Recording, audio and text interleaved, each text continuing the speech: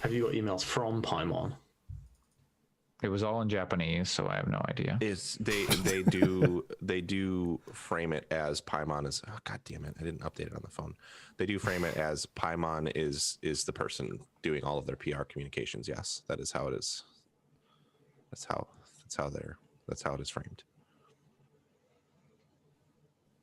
Hello, and welcome to episode 147 of the Gaming Fyx podcast on November 14th, 2020. I am your host, Andre Cole, aka your partner's favorite DVD. I am joined today by Allison. Ooh, favorite DVD. My biggest pet peeve with current DVD or Blu-ray releases rather is the lack of special features. So my favorite one is one that has a lot of special features. Probably the most special features I've ever seen on a DVD is the Lord of the Rings, the best edition of those. So that's multiple DVDs. Yeah. Which of those DVDs is it? Like disc 3? Two Towers. Yeah, I will specifically say disc 3. Of which movie? You decide. I don't know. I just like special features. So whenever a DVD has the special features on it, I like. Those extended editions had like 4 DVDs or more per thing because you had the movie was split across 2. There was a good bit for the first movie where they filmed a short. Maybe I don't think it was from SNL. They filmed a short with Jack Black, the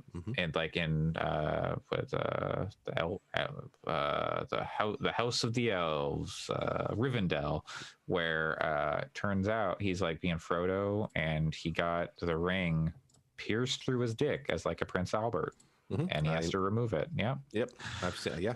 Yes. There's a funny clip.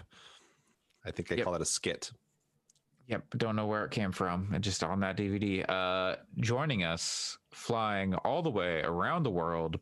Boy, are his arms tired. Pat. I've had a whole week to recover. My arms are no longer tired. Those planes fly themselves anyway. As we found out on the stream, I was not aware. I thought the game was going to be hard. No, I was flying boring baby planes for babies. Also joining us, Alex. I don't know if it's my favorite DVD, but the first DVD I ever watched was Star Trek Generations. Oh, I didn't answer. I think my favorite DVD is the special edition with the disc with the special features for Jay and Silent Bob Strike Back. Huh. Okay. It's not bad. It's kind of a joke answer, but also did have a lot of good special features. Kevin Smith's all right. So Star Trek Generations was a mind-blowing first DVD because it starts with this really high fidelity bottle just flying through space, and you see all the reflections of like the Starship Enterprise and stuff.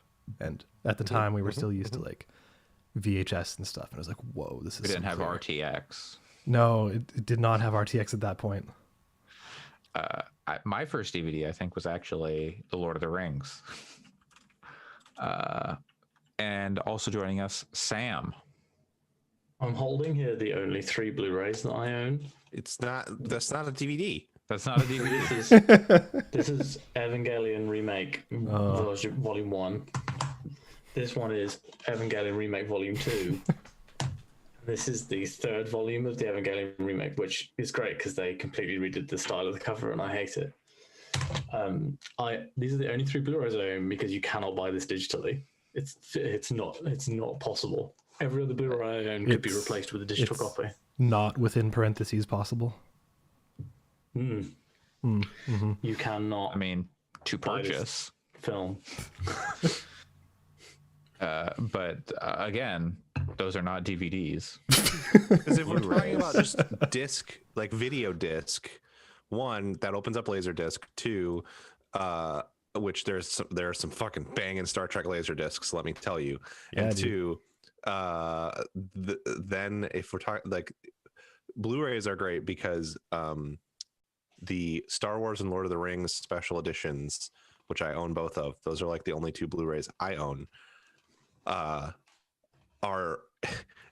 they fit like, if you take all the extended editions of the Lord of the Rings, it's like 35 discs or something, or you can get the Lord of the Rings extended edition Blu-rays, which fits in one case, and it's like 6 discs, and that's one for each movie, and then special features for each movie. The first DVD I ever Blu-rays. owned was Cruel Intentions 2. It's a terrible film. Now we're talking. Now It's we're extremely talking. bad. My uni housemate and I used to watch it a lot. Hang on, the dog's barking. Hang on. Oh, my dogs are barking too. Oof, been out for a walk. Woof. Wan. I forgot He's about a Wan Wan. That's a Evangelion Japanese, again. Japanese joke for you. It is. It's good. Yeah. You see, in Japanese, dogs say "wan wan." Oh, so actually the first Evangelion movie is 1.woof woof. You are not alone. Your bracket's not unbracket alone.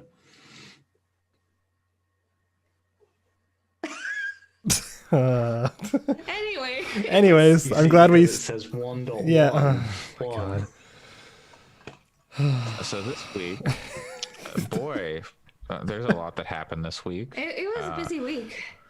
Our list of At games least in here is games. A long. lot of games came out. A lot of games were finished. I don't even know where to start. A lot of systems came out. Yeah. Let's start. Should we start? Let's start with the new system. Let's start with. We only have one of them on the podcast, but he's not even here. He's currently not here. We can't even talk. We can't even talk about it. Okay, let's talk about the boy who has no PlayStation, no Xbox, Sam Harrison. How does it feel to be free of these mortals console and wars. their life? It's fine because I have a Switch. So, like, yes, I have no next gen consoles or current gen Switch. consoles. What do you even play on that? Like, will you turn on the lights on and off? What are you doing? I play Hades. Hades. Now that's a game. It's a really good game. I talked about it a little bit on the extra live stream last week, how much I'm loving it. I've got 2 clears now. And mostly because I played it obsessively until I got 1 clear and then was like, I'll take a break. But I'm back on my bullshit now. So That's how I felt with playing Hades. Yeah, I did my first clear with the fists, and then the second one, I love the spear, so I was like, oh, I'm just going to do the spear, and now I'm going through to try and get a clear with heat on every weapon. Mm-hmm. So you don't have to do it with heat on every weapon until basically you've cleared it, because you can still get, like, if you don't have all of the things, like basically if you don't have the final thing, you can just beat it without heat, get that final thing, and then do it with heat to get more stuff. But yeah. I just want the blood. I want the Titan blood from the Furies, and it feels like a waste to go through a run and not get 2 Titan bloods. If that makes sense. Sure. I know that Hades has a shelf life because on Thursday my PS5 will arrive, and then infinite amount of games on my wait list start becoming playable. So I'm just trying to get a few more clears just so that I know a bit more about the end game. I've been throwing on a few different difficulty modifiers and seeing which ones that I like and I find easier to beat. So I did the first extra clear I did was with the boss one, where you add new techniques for bosses. That was rough. I have not added that yet because I'm not messing with that. You should. There's good. I had I think it was Meg was like said something about using it. I was like, okay, okay, Meg, I'll use it. And then what happens is actually pretty good. I was about to say what happened, but I won't. I'll leave it because it's fun to watch. It's fun to find out. Well, yeah, one at least one of the boss fights is more interesting, They're all harder. They've all got much more life, and they feel like a lot harder to take down. How much heat did you put on? Because it only like the amount of heat, like one heat just increases it for like one boss, and then 2 heat is like 2 bosses, 3 heats, 3 bosses. So maybe it was just I had a bad build that second time round. Yeah, that can definitely happen. I've been like melting the Bone Hydra ever since I got the. There's 2 abilities that I think are the best, which is the one where you deal extra damage to someone with 2 afflictions, so 2 damage over time weaknesses, and then the one where you do extra damage to someone you've implanted with cast stones. And like I was literally melting the Bone Hydra to the point where I lost maybe 5 HP against it in a round, and was like getting all the way to Hades without using a Death Defiance and things like that. And then when the first time I turned that bosses do difficult stuff, it got mental. I like had a Death Defiance against both the second the Bone Hydra and the heroes. Although I then met up with Petroclus and got all my Death Defiances back, which was great. Yep. And that dude is extremely useful, and the fact that it takes you forever to meet him is really annoying. Yep. But yeah, I'm loving that game. I've never really liked a roguelike before, and I think that this one is the one that's like, oh, this is how you do a roguelike that I will enjoy. A lot of people talk about the story, and I have to say I'm barely paying attention to it, and I'm not finding it particularly exciting, which is like the first few runs I was like reading everything, talking to everyone, and like I still talk to everyone who has an exclamation mark, but I don't bother doing it if they don't have an exclamation. Sam, I have a question for you. Yes. Everyone, do pet Cerberus. Of course. Yeah. Every time I go home. Okay, good. Okay. You can pet the dog in Hades. Yeah. Yeah. But I mean, like, apparently, like, there's an achievement on Steam where if you've pet Cerberus like at least 10 times, I think, and a large number of people haven't gotten that, and I'm like, that's the easiest achievement. That's a strange crime. Yeah. Well, this goes to show the Steam audience. No accounting for taste. But like there is a question of like how many people have like, how long were they playing it? Did they play in early access and then just never pick it back up? And Steam achievements are weird. They are. Like, for sure. Like let's see, because I was playing a game for Yakuza Like a Dragon, which we'll talk about later. Only 43.6% of people have like completed the first chapter. Like, they're, and it's not short, but you'd figure people would finish the first chapter. I don't know. There's a lot of games out this week.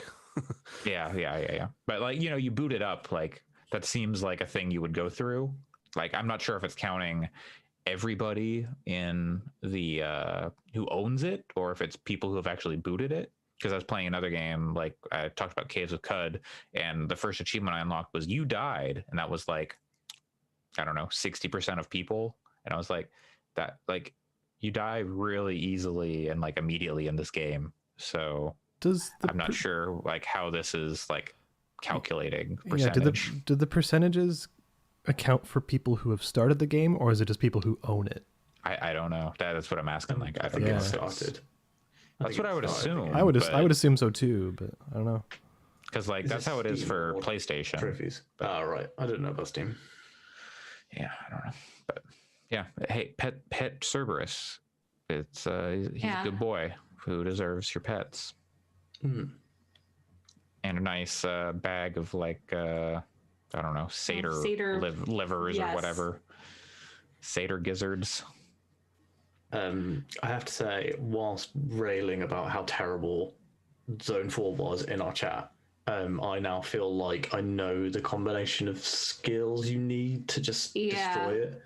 I've not really had any trouble with it since.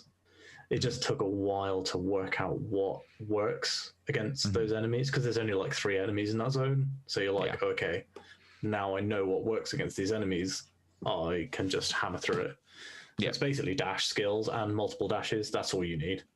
Is extra dashes and I also like range. have range skills. That's what I always want to make sure that I have something decent for range when I get at least to that point. But I basically I like the Athena shield that deflects shield damage. dash. Yeah. Oh, that's like I go for that like every single run because I'm like, it feels a little vaguely OP at a certain point. I found on my clear the other day, I got 3 extra dashes from Hermes, so I had 5 dashes and the deflect, and also my dashes did some other damage production stuff as well, which didn't seem to replace the Athena one, which was pretty cool. So I was just like hammering around, like not even touching any buttons apart from dash, and just killing rooms full of people. It's very satisfying. Yeah. Alex, I'd recommend picking it back up, like playing a couple more times of Zone 4, and I feel like it'll just click. Yeah. All right. I can't. Well, Sam, you finally you beat a game that you've been playing for what feels like years at this point. I think I started in July, June or July, maybe. I think that when feels you like started years. that steel was still hot. Yeah. So how about you tell us about your journey to the end of Trails of Cold Steel 3? I don't know. I don't need to go too deep into it. I talked a little bit about it on the Game of the Year, the extra live stream again. I basically this was our Game of the Year that we already did. Yeah. Now we don't have Thank to God. Oh man, that would be so nice. Now we don't have to do it. I want to do it. Turns out we did Game of the Year during the extra live stream. It was cool. It was great. Yeah. Everyone's favorite game got to be number one. Yes, Isn't that amazing? everyone won. It was all of our collective favorite game. It's Jackbox Party Pack Volume 7. Yep. Turns out it's Super Mario Brothers. Yay. Yeah. It's me, a Mario. Thank you. That's a good Mario voice. Yeah, that's pretty good. My students love it. They are always asking for me to do Mario. Gross. And that's Trails of Cold Steel 3, everybody. Thanks for joining us. We'll be back next week with another check-in on... Trails of Cold Steel 3, it's real good. I think it was very funny because when I finished 2, I was like, I don't think anything could top the end of this game in this series. Like, it ended on like loads of huge story moments, and like major character death and stuff like that. And then in 3, it ends like, well, I don't want to spoil it for anyone who might eventually play it, but it ends on a huge cliffhanger. And like, I did know that going in, which is why I bought Trails of Cold Steel 4 to start playing immediately as soon as I finished it. I cannot imagine anyone having to wait a year to see what happened next in this storyline. So like, I think 3 is now my favorite in the series. I think 1, looking back on 1, I really enjoyed it, but it's like a lot of scene setting. It's basically an entire game of scene setting where they introduce you to the major regions in the game, the major players in politics and other. And then in 3, they kind of throw everything together. And then in 4 is kind of like also a finish off of the previous 2 trilogies stories. 4, I've played about 3 hours of 4 before I had to get rid of the old PlayStation to get the new PlayStation in. 3's still my favorite. I will probably at some point try and wrangle some people and do a like Trails of Cold Steel. I'll be ready in 2022. Yeah, I'll be ready like in 8 years maybe. 2022 is so ambitious. it took me a year to finish 3 games. You also have a baby, is the thing. Yeah, you have a baby, and the Trails in the Sky, those games are shorter each than the Cold Steel games. Like And so the Crossbell games are shorter as well. Also, do you remember that, like, how Pat can, like, go through a series like with when like I put with my mind to it. like with Kingdom Hearts, like He did play all of Kingdom Hearts in a very like a short month and a period of half. time. yeah, like I have faith in Pat to be able to get through a series like this very quickly. Well, Just need to set my mind to it. I have no faith in you being able to do it. Well, with decreased Yes. load This is times just- on the look, PS5, there would be no game. problem. Sam is doing this because he wants to motivate me. He thinks that by like insulting it's my reverse resolve, psychology. and I won't fall for it. I will fail the challenge and not finish the games until 2030 now. So you know what?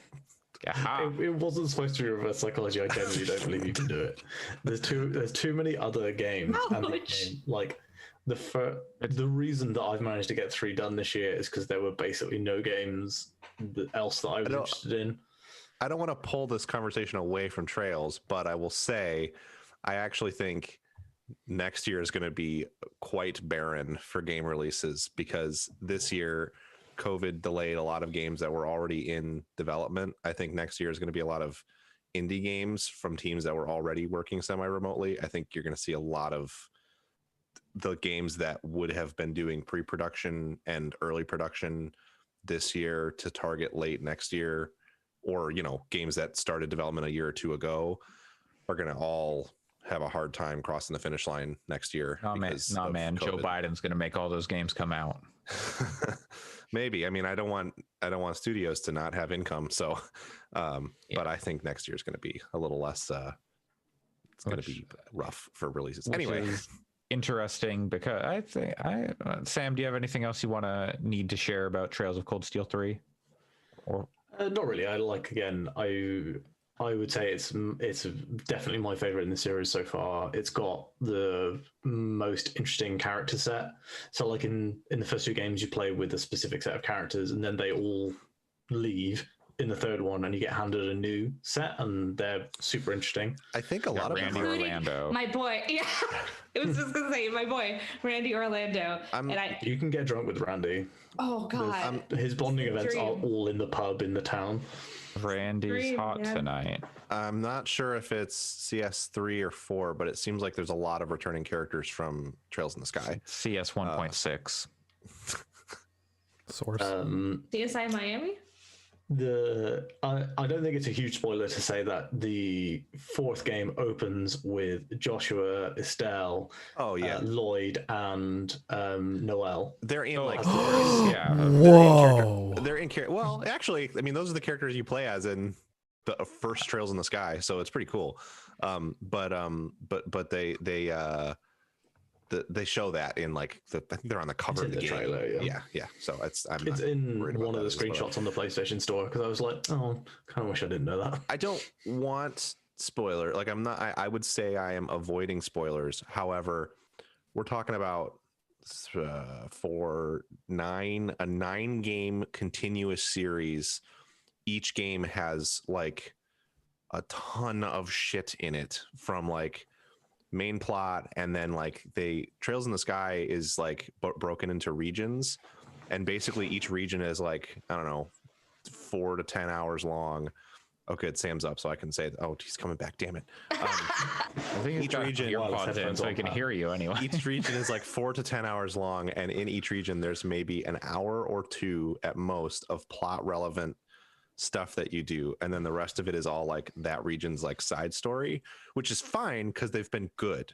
So I'm not like taking a dump on the game. It's very enjoyable. It also means that I can play it in chunks and go, oh, I finished this region, I'll come back to this now in a month or whatever, and it doesn't feel like I have to replay the whole game.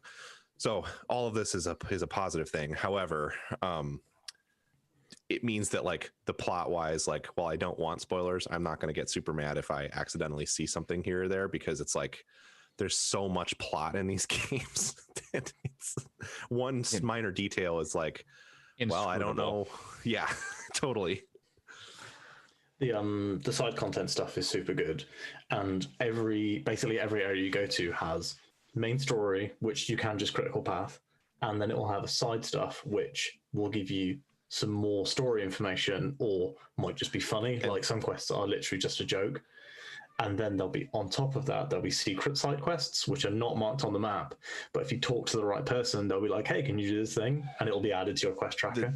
And the difference is in Trails in the Sky, the side content is pretty devoid of narrative. There's a little bit, but for the most part, to go through the main plot, you have to do a bunch of stuff that feels like side content, because it'll be like, oh, you spent 6 hours doing this thing, and it turns out that gave you the MacGuffin you needed to advance the main plot, but it doesn't actually connect to the main plot in any way. And it's fine because it's good stuff. But did we ever, I don't think we were talking about on the cast before we move on, the fact that in Trails in the Sky, there are 3 chapters.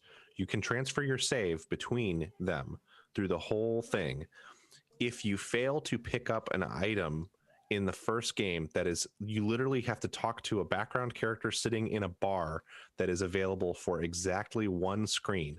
Like, to get into the bar, the main plot pulls you in there, and it's like a cutscene almost.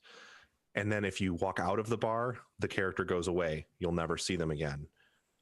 If you talk to them, they give you an item. That item is required to get the best weapons in the game. And that sounds so stressful. If you leave the bar without talking to him, you will never be able to get the best weapons in the game. Let me tell you about Cheat Engine. Yeah, and also combat is insanely easy in all Trails games. It's not meant to be a challenge. I would like, at times it's a but little, just like the concept to be a challenge. I could miss this so easily. It's fine. Like, I mean, if it really bothers you, just know going in, you should play with a guide. For me, I got over it quick because the weapons don't really have a lot of character or personality. So it was kind of like, you can get weapons that are almost the model on your character. And you can get weapons that are almost as good by just playing the main plot. So I don't care that much. I just think it's the thing that freaks me out more is like missing story content. Exactly, and that you won't miss that. Okay, but, cool. There's something in the Trail series that I did not know, which every person that you can talk to has an icon above their head that says talk when you get near them, and the icon grays out when they have nothing new to say. So I didn't know that until playing the 4th game. I wonder if that's true. Trails in the Sky. I don't think it is. But I'd missed the tutorial prompt, and now, like, it just I don't know. It makes it a lot easier to keep track of everything, and who is and isn't ready to talk, which is kind of great. Allison has disappeared. Hopefully it wasn't like in the, God, your camera tracks you now, and it's really unsettling. It's That's unsettling. The power of the RTX 3070, baby. Speaking of power. For those, obviously this is an audio podcast, but Andre leaned back in his chair and threw his hands up, and it was like a meme or something. It was like something from a animated GIF, and it was unsettling. Speaking of power, Pat, you're cooking with gas now. I'm gaming with the power of the PlayStation 5, which most people would have gotten their PlayStation 5s and then not turned it off for 2 full days. I got my PlayStation 5 and first had to finish working, and then was so invested in watching the first season of The Boys that I continued to watch that instead of play PS5. Very good game. Meanwhile, I'm over here looking at third-party seller apps I could pay like $850. It has nothing. It's not a commentary on my excitement about the PlayStation 5, and more just that The Boys is a really, really, really good show. I finished season 1. It's amazing. It ends well. Carl Urban. It does. Carl Urban deserves every conceivable award. So the PlayStation 5, after I finished watching The Boys on Thursday, I played through all of Astro's Playroom. And I spent like 4.5-5 hours with it and still didn't have the platinum. So I only have like 72% of the trophies. So I might go back and platinum that at some point, because it is delightful, and it shows off a lot of the features of the PlayStation 5 controller, the DualSense, which is definitely like were developers to use it, kind of a game changer for games. How many ice cubes did you count? So no ice cubes, but at the beginning they do dump a bunch of robots into the controller. Like it's on screen and you can 6-axis it around and it's like following your movements. And then the touchpad like opens up like a door on the screen, and they dump a bunch of astrobots in and then close it. And as you rotate the controller around, you can feel them kind of tumble around inside of the controller with the haptics. That sounds like that Rayman or the Rabbids game. Yeah, it is similar to that. Yeah. And then the rest of, I won't spoil like a lot of the stuff, but I mean, essentially, Astro's Playroom is broken into like 4 zones, 4 regions, and each one is tied to one of the generations of PlayStation. That's not a spoiler because you kind of like sort of tells you that immediately. And it's just a really fun kind of romp through the history of PlayStation.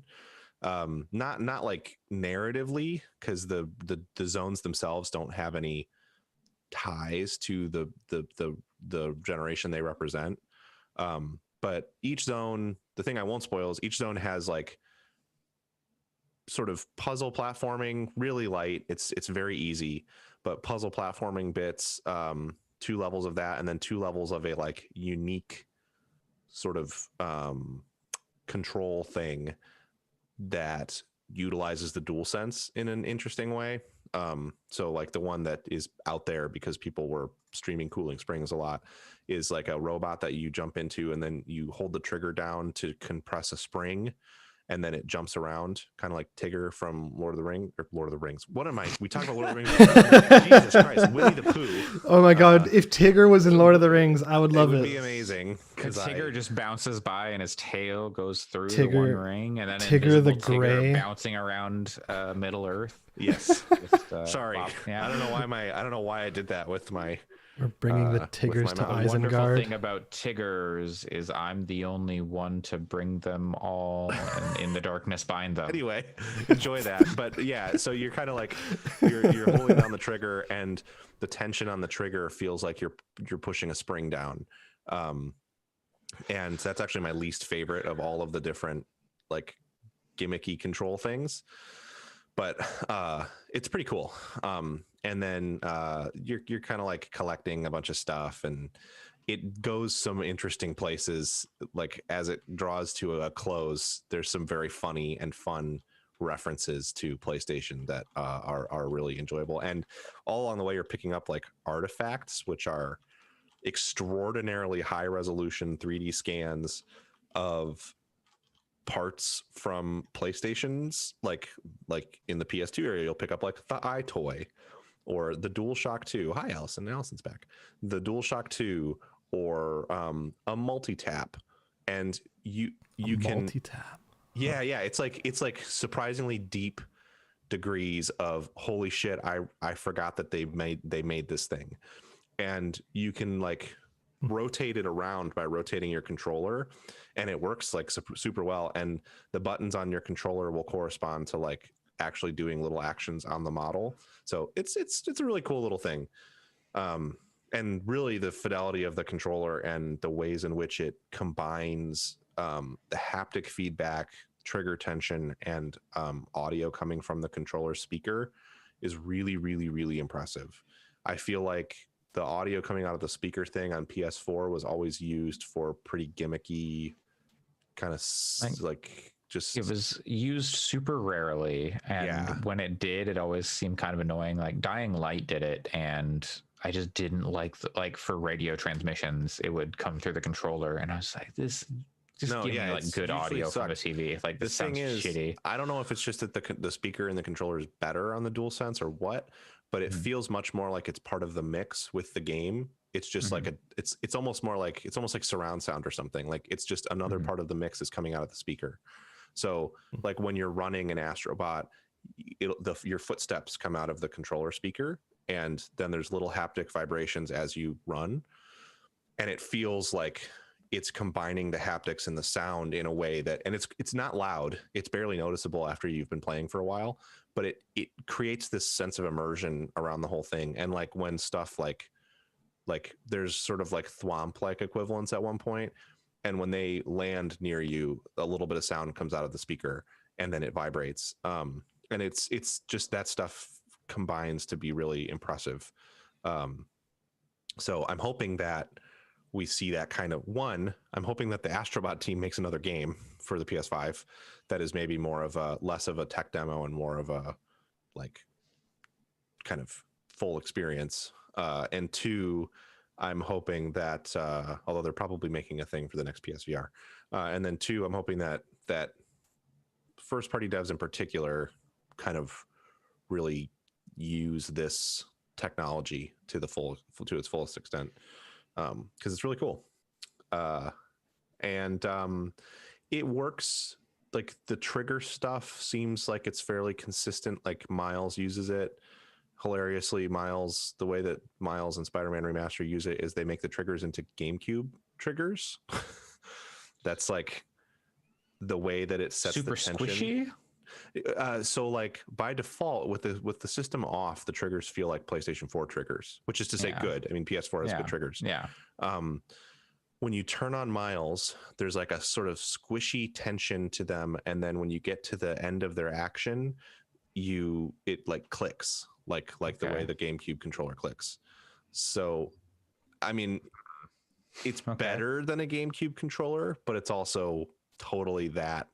That's interesting. That's very interesting. It's especially weird because you don't really have to click the trigger all the way in, and I think this maybe is like more an issue. I don't know that this is the way it's intended, but you can basically pull the trigger to the stop before the click, and it'll do your web sling. Like it'll shoot out a web. So I don't know if it's intended or if you're supposed to have to click it to shoot the web out. I'm not sure, but it's cool. I mean, it's interesting. It's not like a game changer. I wouldn't say that like, holy shit, if you're playing Miles on a DualShock 4, what is wrong with you? Because it's not that crazy. Yeah, I haven't noticed. Just an interesting feeling to go for. Supposedly the haptics buzz your spider sense in the direction of danger. I haven't noticed that at all. It very well could be there. I wasn't looking for it because I forgot about it while I was playing, but I haven't noticed that at all. The most HD of rumbles. Yeah. Speaking, and then like kind of, I'll just very briefly say, Miles seems very good. I won't spoil it for anybody. I know in particular that Sam would be very sad to hear any spoilers. I haven't seen anything so far that is spoilery, frankly.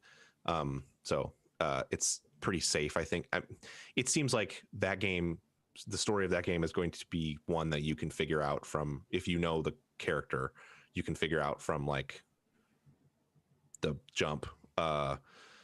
Like it's very unspoilerly, and it's not a like scandalous, like, oh my God, they think he's dead, but Peter's just like not around for it. So there's not a lot of interactions between Peter and Miles. The like reason why Peter isn't around spoiled.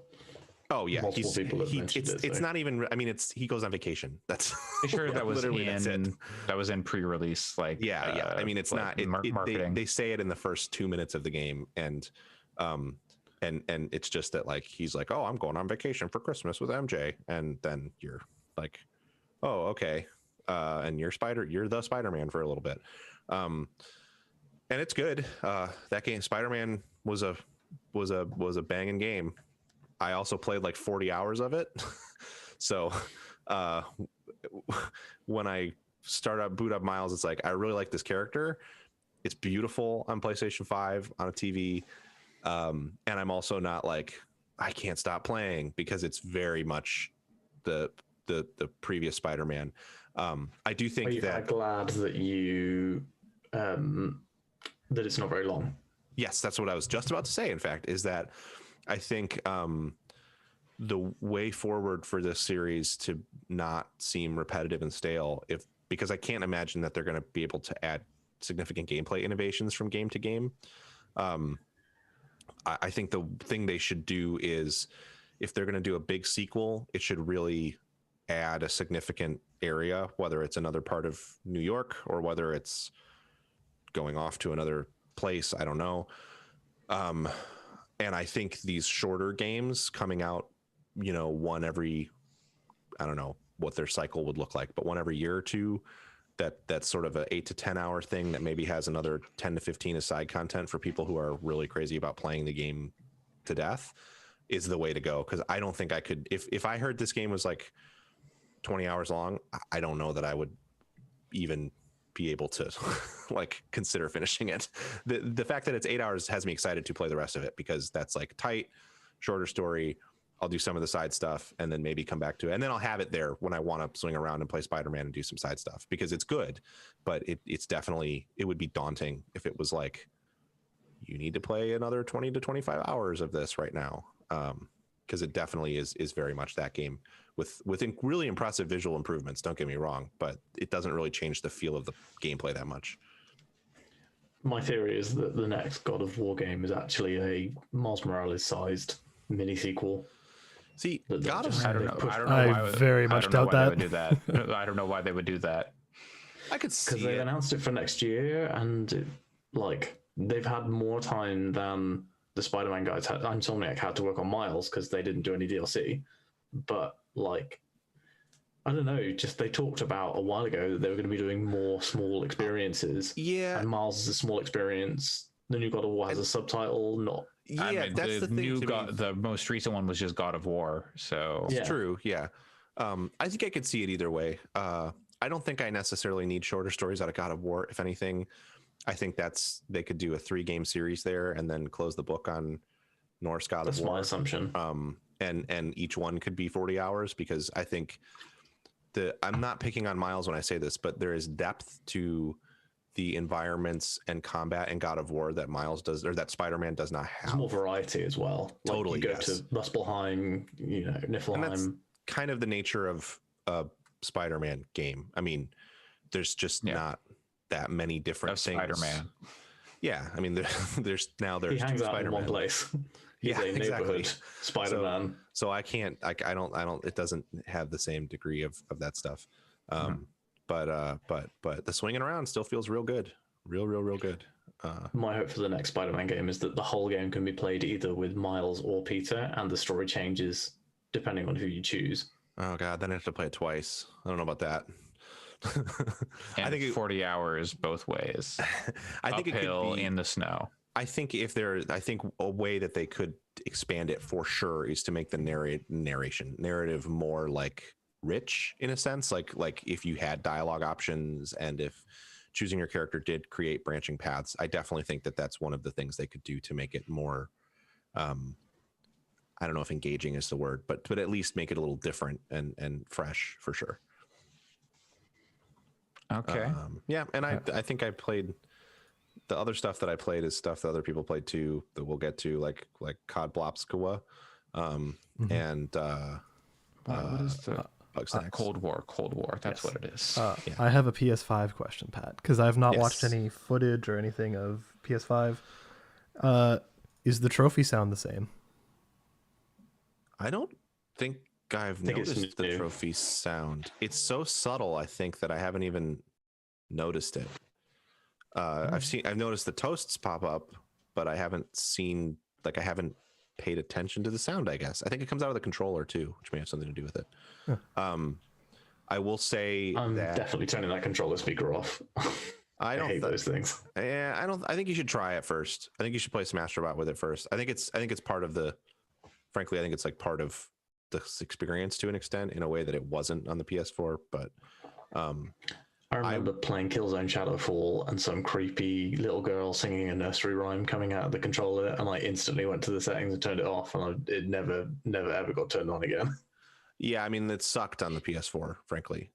To be fair, though, I've been playing it with Bugsnax, and it's good. It's the one time very where good. I'm like, it's the one time where I'm like, I like this controller audio. This is good. I don't When know. you catch the Bugsnax, they say their names. They say a name in through the controller. It's so good. It's like Bunger, Yeah. Okay, now I'm back in. Frider. Yeah, it's good. And then God, we'll have to The way talk about that Bugsnax. we will. Yeah. Oh, man. Bugsnax is a fucking thing. Everyone's talking about Bugsnax. Everyone needs to play Bugsnax. Should we I be talking know. about? Should we be talking about? Yeah, we can talk Bugsnax? about. Okay, let's talk about Let's talk about Bugsnax. Bugsnax. I want to play Bugsnax, but I can't get a PS5. You can play it on PS. I could, but it's free PC on or PlayStation PS5. 4. Oh, it's not free on PS4? No, No. it's only free on PS5. PS5. Yeah, I paid I'm not gonna- $25 for it. I'm because I getting was a like, PS5 eventually, so I'm not gonna pay for Bugsnax now. I don't know. What am I, a sucker? I'm Yeah, gonna pay $700 for a PS5 so I can play Bugsnax for free. I will say, God-given I right understand as a why you human say being. that. To anyone listening, I would say Bugsnax is, I assure you, fine on PS4. oh yeah, it Yes. totally runs perfectly fine. If Like, you were not intending on buying a PS5 Or if imminently. I mean, I want a PS5, but I don't know when I'm going to get it. Yeah. So it's kind of like, well, I'm going to get it sometime, but I want Bugsnax now. For what So I it's my for what Bug it's Snacks, and I want it now. for what it's worth, you can log in. Like I did it on my phone app Yeah. and claim the free Yeah. Bug Snacks. So at least it's Yeah. waiting for you when you have PS5. Yeah. Yeah. It's quite the thing. That game is fucking weird. It is wild. No, there's so many times where I'm just like, what is going on? It's not even weird in like a way where I'm like, don't talk about it because you need to experience it for yourself. You do, but it's also like just the game is like, I didn't know it was in first person. Occasionally they'll say some fact about Bugsnax, and I'm just like, what? Yes. Like the thing that they're like one of this minor storylines is that nobody knows how Bugsnax reproduce. Just- like eels. They just like they're just like, like eels. Bugsnax exist. They don't have seeds. But- You can't cook them for some reason. The thing about them, the thing about this game that is really great, or one of the things about it that's really great from what I've played so far, is it doesn't feel like Pokemon, for example. And I'm not gonna bag on Pokemon. This is probably a good thing that they're doing. Don't go into this, but when you think about Pokemon and you think about like Pokemon breeding and like, do Pokemon fuck? That's not a question that the game answers for you.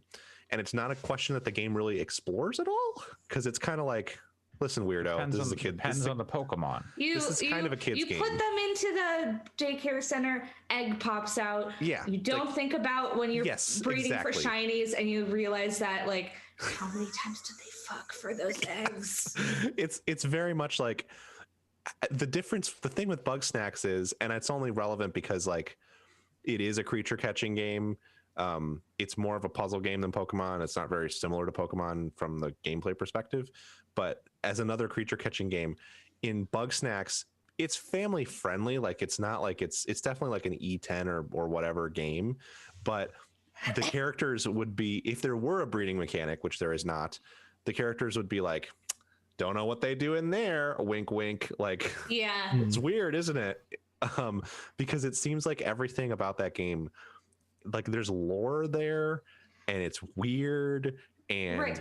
they know and they might not tell you, but There's, like- someone on that team has figured out an answer to every question. There are very specific things too. Like, again, I don't know if I want to spoil it, but there was like one thing where somebody mentioned like a fact about one of the Bugsnax, like logistically, and I was like, what? Yeah, I think those are probably best left to letting people Excuse me? understand on their own. I was just like, wait. but- We're gonna just skip right past that and be like, it's very, very weird. But like, I feel like it's very weird in a way that like it has its own internal logic. Its Yes. internal logic is just 100%. wild. And it's kind of a like I wasn't sure if this game was going to go a more "don't hug me, I'm scared" route, or if it was going to go a more like Pokemon route with its kind of lore. It's kind of right down the middle between those things. Yeah.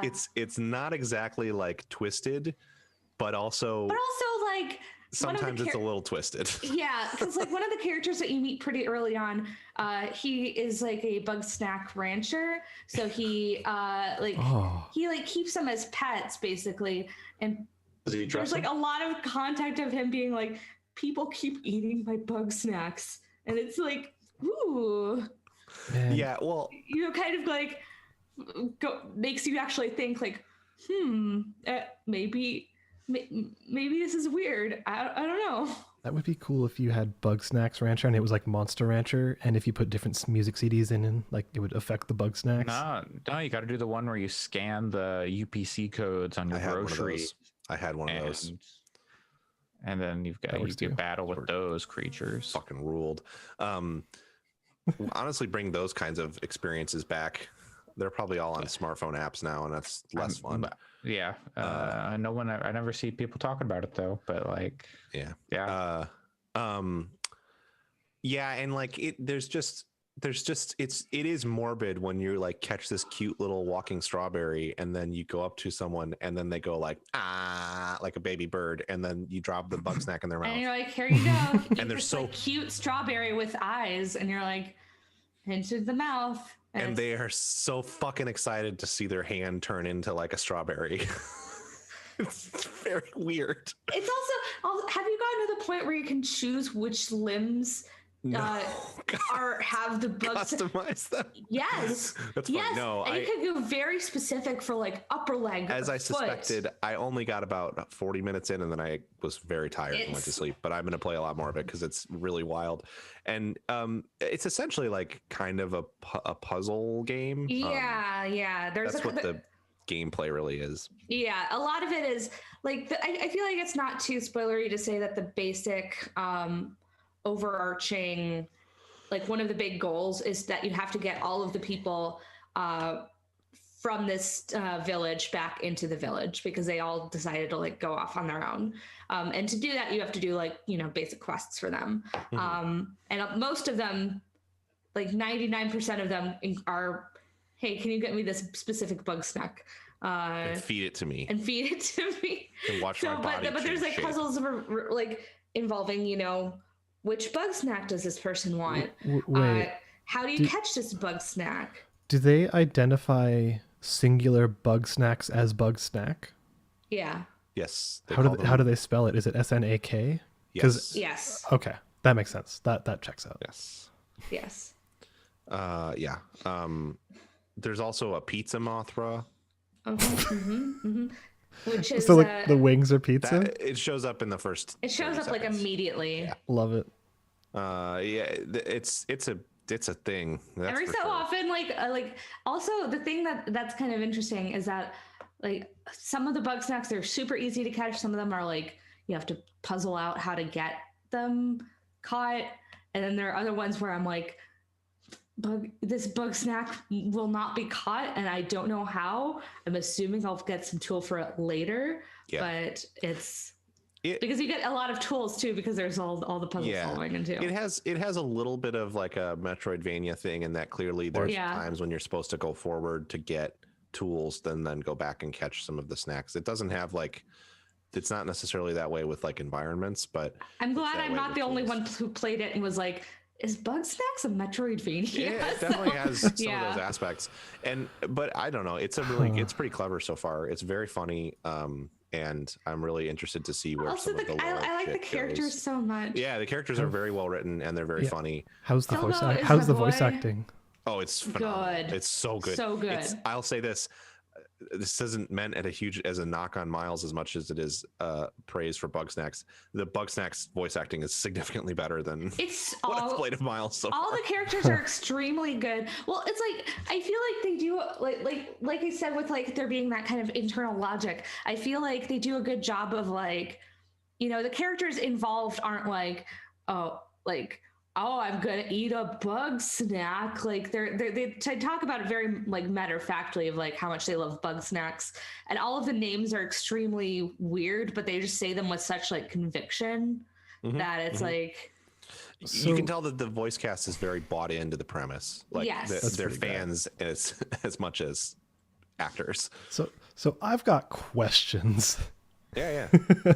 I mean, like honestly, like I still do too, and I'm playing. We've got dancers. Oh no, not again.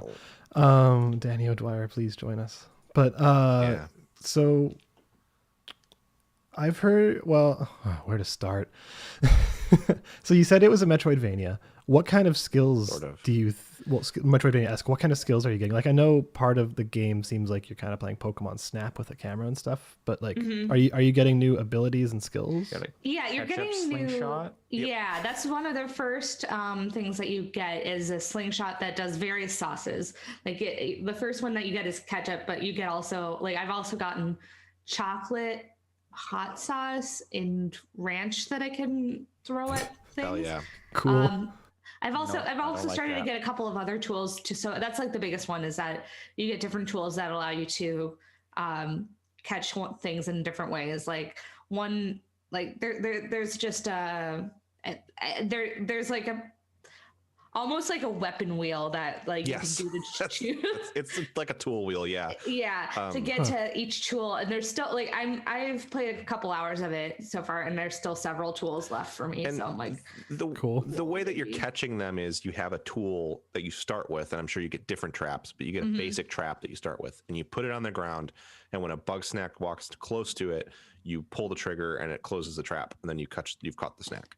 So yeah, it's there are certain bug snacks though that like will be do not work with like with it layers that trap. Yeah, but, even just in the very opening areas, there's Yeah. also like a bug snack that flies around and it Yeah. will grab traps. So you have to make sure that the place you put the trap is not on the path of that bug snack, yeah, so that it can't grab the trap while you're waiting There's for the other bug one snack you're trying to catch to come bug into snack that it. sets the trap on fire, and there's no fail Cool. state. Like there's no health, but you can definitely get yourself set on fire in this game. That's good.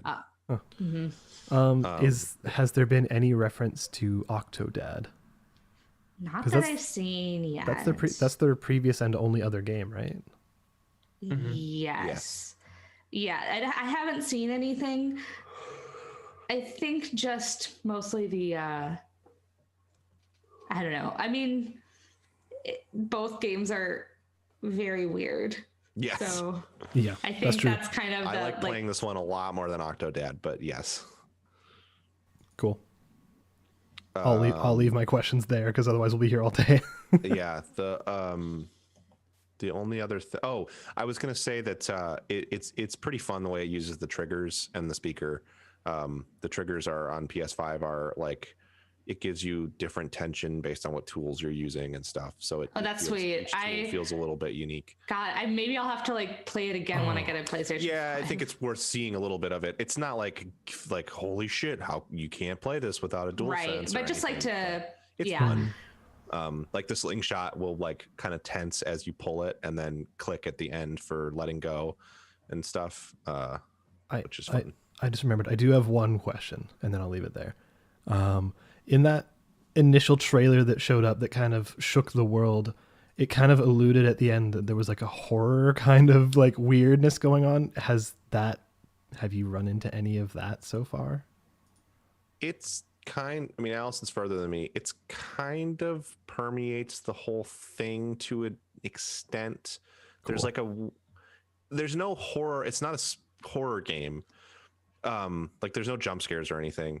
No. But you're also like, it opens with a video from this like explorer who found the island, and you're like, this is weird. Why are you doing this? And so it has sort of a whole thing to that of okay. Like the characters are just very strange, sort of in a don't hug me, I'm scared way, where it doesn't feel like it's just doing it to be absurd. It does feel like there's internal logic and a narrative.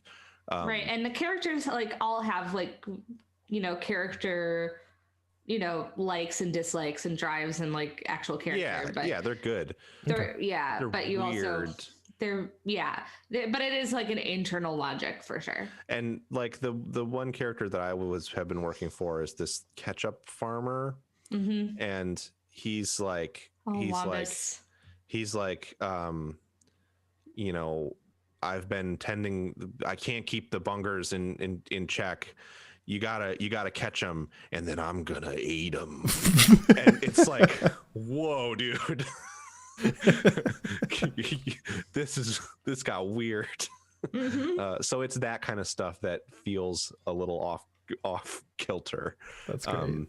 Yeah. So and from what I understand, the horror part of it is expanded upon as you kind of go through the game. Although it never turns into a game that is a horror game, and it never turns into something that's like too scary to play. From what I was hearing Patrick Klepek talk about on Waypoint, it goes some fucking wild places with the story, but it I'm never so stops excited. being. Yeah. Yeah, it never Ben stops and Vinny being. both said the same on the Bombcast. It never stops Ben said being. that Vinny texted him at midnight 3 days before saying, huh.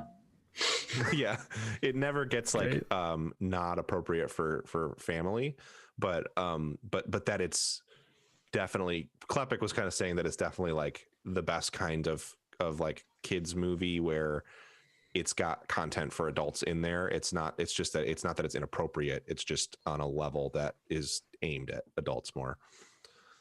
Cool. It's good. You should play Bugsnax. Everyone should play Bugsnax.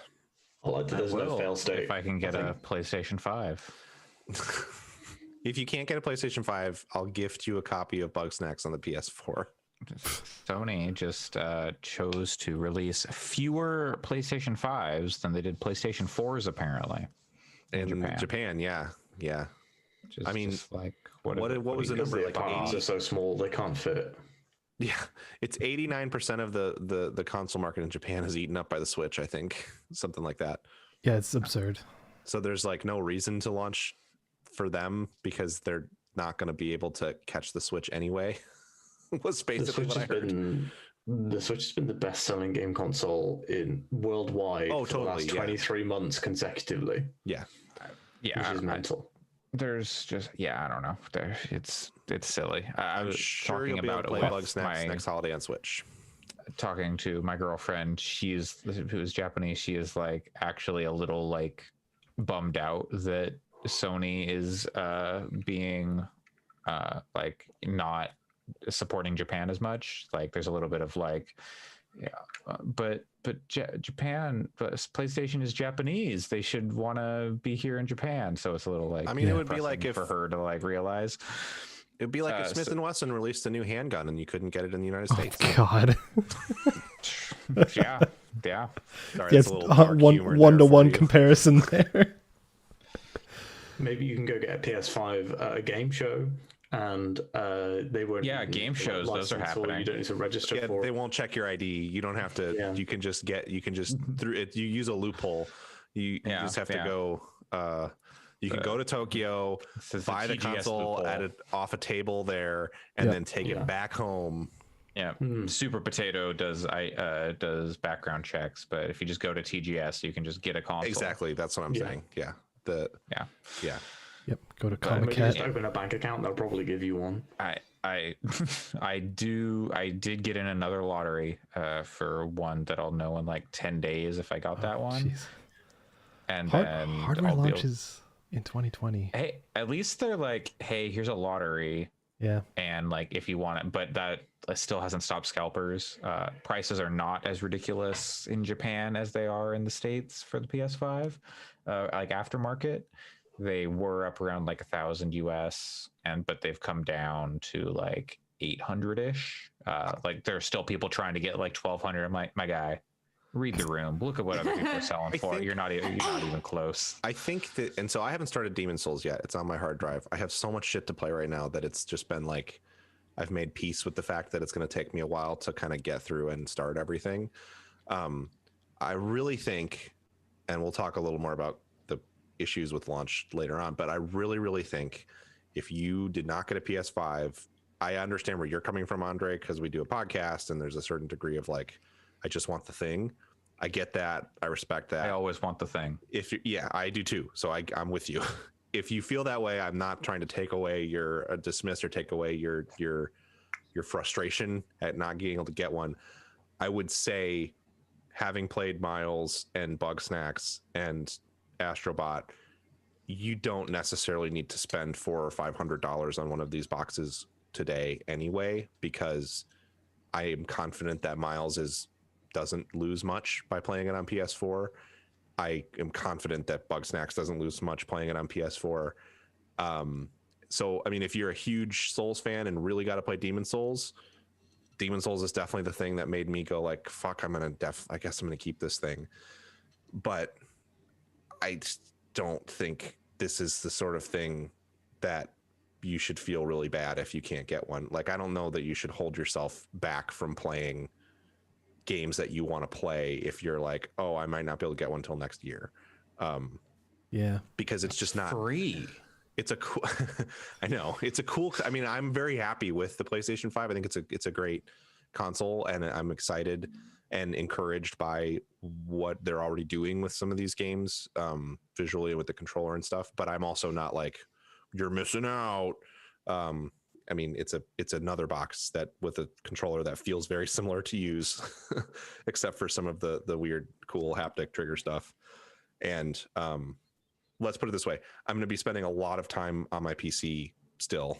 I'm not like, all I want to do is play PS5. I'm playing Call of Duty on my PC, and so it's, you know, it's a cool box. If you can get one, cool. I wouldn't feel super bad if it takes a bit. That's my secret, Cap. I always feel bad. Yeah, and I get it. If you're someone who just wants the new thing, that's a different story, right? Like, there's plenty of people, myself included, who feel that way. But for me, as someone with a launch PS4, this week I really started feeling the age of it. yeah, I get it. Yeah. I think especially part of the reason I say that probably is because I've been using a PS4 Pro for the last year. I think if you have a non-Pro PS4, it probably feels a little bit more long in the tooth. Certainly, if you have a PS4 Pro, you'll be fine to play Miles and stuff on it. I think probably. Yeah, I mean, I haven't played Miles yet, but I have a launch PS4 too, and it's like I haven't had any issues with bug snaps. So. And like the load times on Miles are really wild. Like it's a very crazy thing that you can like fast travel, and it just basically zooms in. I mean, like it does fade to black for a second, but that's really cool. But because of the way that game is structured so far, I haven't done that at all, really, except to see it. Because it's very much a game that's like, okay, you did this, now go do this, now go do this, now go do this, and it's like you swing for a kilometer and you're at the next place. So it's not really a game that requires a lot of fast traveling around to go through the story anyway. So the load times aren't very painful. I think I'll be using it for the New Game Plus run if I decide to try and get the platinum. Yeah, like just well, I didn't say when I talked about it. The new Peter. The model looks fine. Hearing Yuri Lowenthal's voice come out of that model is fucking weird. It's like it's like Sam, if you took your child and started talking and overlaid your voice coming out of your child's mouth. It's just like he looks so young and sounds like a 30-year-old or older. I want clips of baby Todd Howard with Todd Howard's voice coming through. Oh, please. That's what it's like. Please. And I'm sure part of it's because I played with the other Peter face, but we can make his first words be Skyrim. Peter. Oh God. Peter is there early in Miles, and you do a thing together at the beginning. And I was like, oh yes, Yuri's back. I love Peter Parker. He's so great. And then he takes his mask off at one point and starts talking, and I like physically recoiled. It's like, oh, that's not right at all. It's like if Robert Downey Jr.'s voice came out of Tom Holland's mouth. Like it's just It feels very strange. Very strange. I don't like it.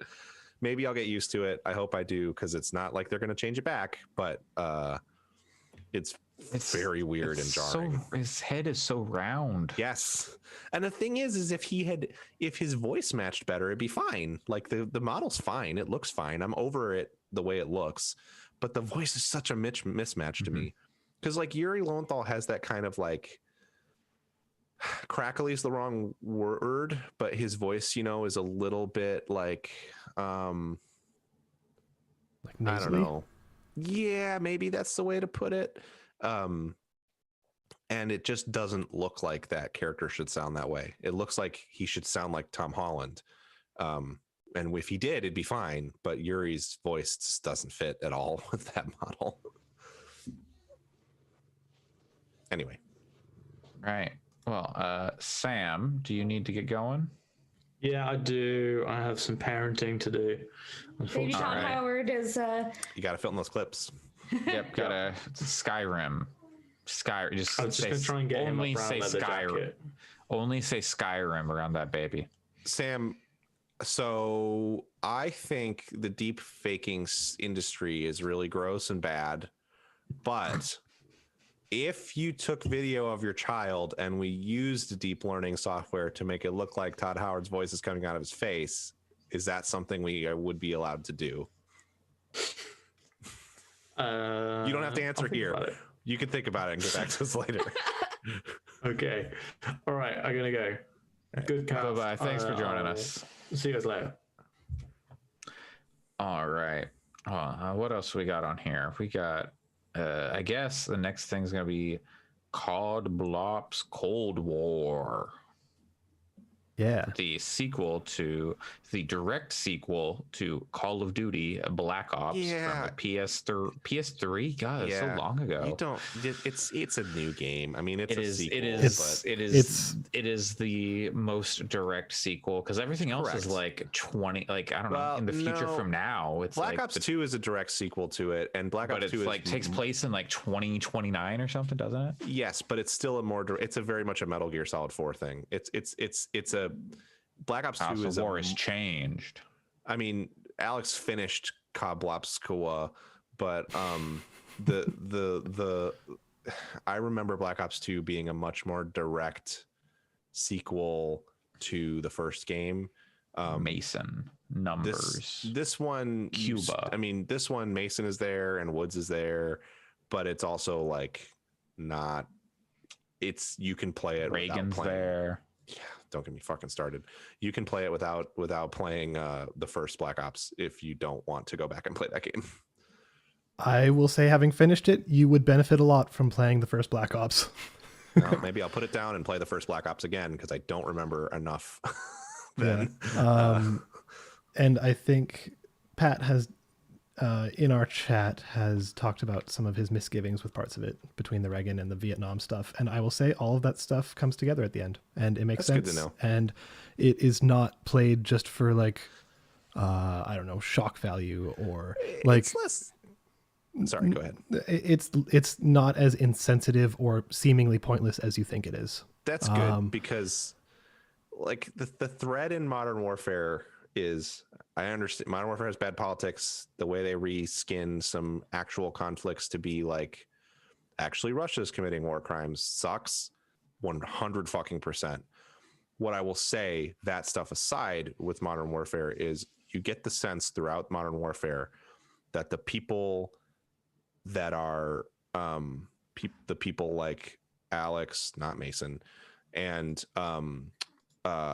Price know what they're doing is wrong because they know fighting wars is bad. And the tone of the game to me throughout Modern Warfare was very much, this is probably not the best way to go about solving any of these problems, and we still spiral into endless conflict, and that's not good. Like, that's sort of, but like, we don't know how else to deal with these problems.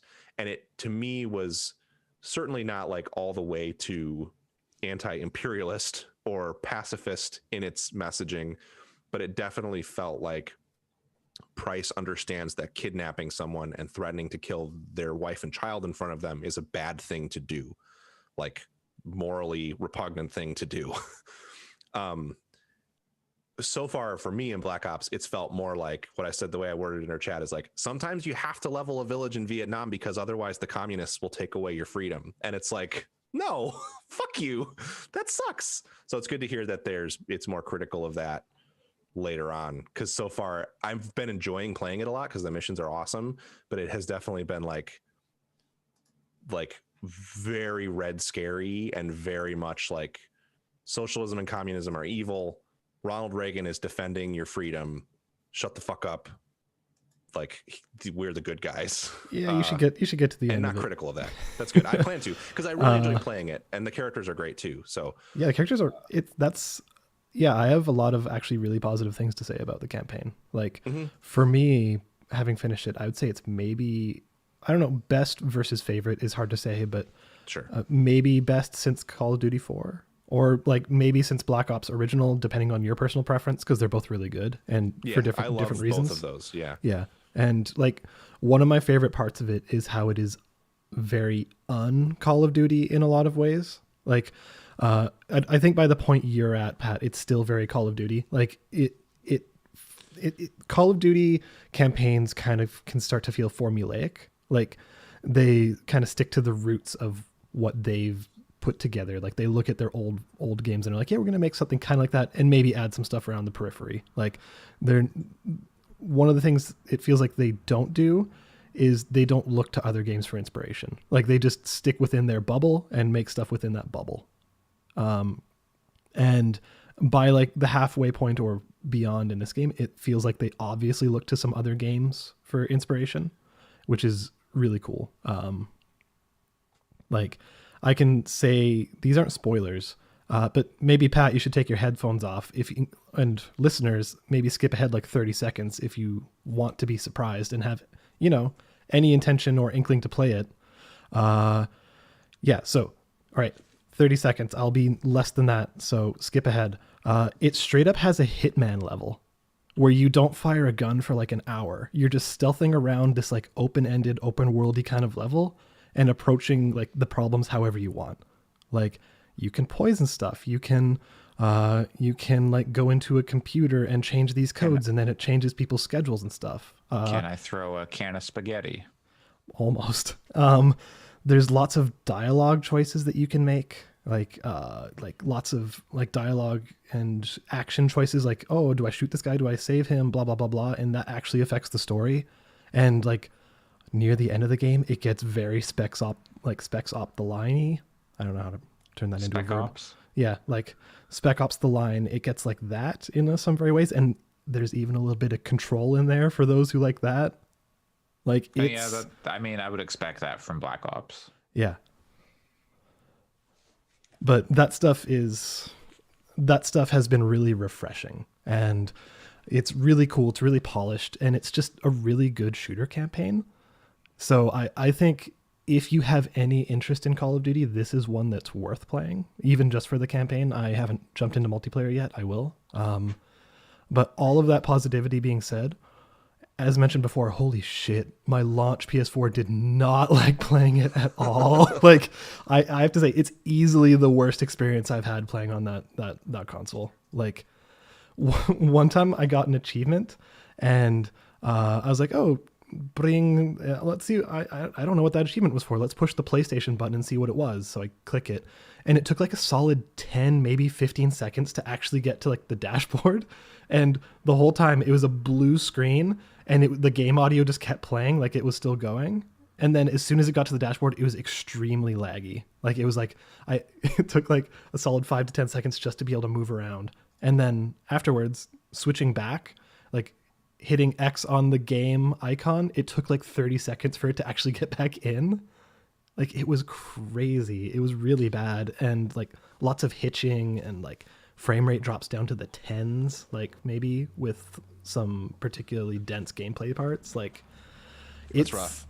It's really pushing the cross-gen boundaries. I imagine the PS5 version, it probably looks and plays better, but it was rough on the launch PS4. It's interesting. So I'm playing it on PC. The PC port's spectacular. I mean, it's flawless. It's really, really, really good. Really awesome. Good. Modern Warfare was also really good. To the extent that, I mean, if they can keep up this quality of PC ports, I'll probably never play on console again, even beyond just mouse and keyboard, because there's so much there. Interestingly, it defaulted to putting my some settings lower and then putting ray tracing on to medium, which was, I was pulling about 55 frames per second, like standard with my setup, and then it would occasionally hitch a little bit. So I just turned ray tracing off and cranked up all the other settings, and turned DLSS off and cranked up all the other settings. And I'm getting 60 frames per second. It's great at 1080. So performance is really good. And I can say that the multiplayer is, I think, really excellent. I played, I think I have 400 hours of gameplay in Modern Warfare at this point. I've played that game more than any other game over the last year because my friends play it and we play it together, and it's definitely become one of my favorite multiplayer games ever. I don't know if I think Cold War is as good as it, but it's very hard to say that objectively at this point because I'm so in with Modern Warfare. But I will say that I played about 3.5, 4 hours of the multiplayer last night. And at no point was I like, we should just go back and play Modern Warfare. The whole time I was like, no, this is fun. It's not quite, doesn't feel quite as good as Modern Warfare to me yet, but the ways in which it's different, I like, and it's fun to have a fresh start, new maps, all that stuff. And tonally, I find the 80s a more interesting period to set a multiplayer shooter than Totally. Modern Warfare. So if they continue to tighten the gameplay, not that I think it needs it necessarily because it's still great now, but if they can tighten it up even a little bit more and continue to add good maps, I think it's a very valid torchbearer that to kind of take the torch that Modern Warfare offered it. And it's interesting, and this is something that is driving a lot of like the vocal minority of the of the Call of Duty community crazy, and I think it's kind of funny. They took a lot from Modern Warfare, from like the way the menus are structured and the way that unlocks are structured, the way that prestiging is structured, and it's, in my opinion, objectively better than how they've done it in the past. But because it's not as like, it's more accessible and more approachable now, there's the vocal minority that hates it and wants it to go back to the days when it was less fun, because that was like, it's a badge of honor to prestige and lose all of the stuff that you've unlocked to them, which is ridiculous to me. But it's a little silly. Yeah, I agree. But it has very good skill-based matchmaking again, which drives people up a wall. The one thing that they brought back that I super do not like is map voting. Oh, sure. Yeah. Which people celebrated that it was coming back. But the cool thing about Modern Warfare is you play every map. There's like 8 maps or something at launch for Cold War. And I've seen 2 of them like 4 times because people vote for them every time. And I haven't seen 2 of them because they always get outvoted. And it's like, I would like to see these other maps, which is just frustrating. But just like Mario Kart. Totally. But No, yeah, the way the unlocks work is good. The gunsmith is virtually the same from Modern Warfare. The unlock structure is very similar. They show the stats more now. So like Modern Warfare, the guns will have like range, damage, speed, mobility, those kinds of stats, and they don't really tell you what they do. And the only reason that we have any idea is because people have basically like tested it to death to figure it out, but no one knows for sure what like centimeter increase in mobility does for the gun.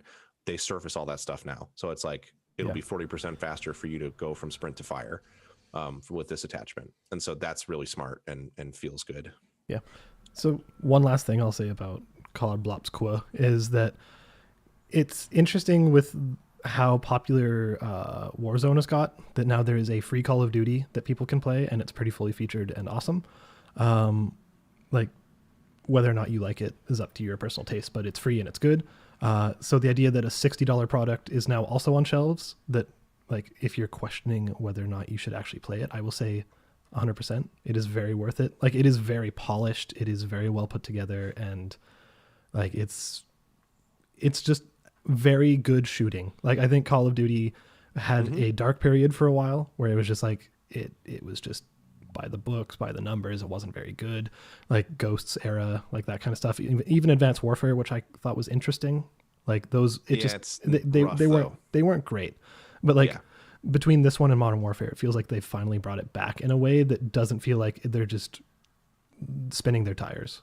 I think that I like the shooting in Modern Warfare and Black Ops Cold War more than in Destiny, which says something, because Destiny has some incredible shooting and gun mechanics in it.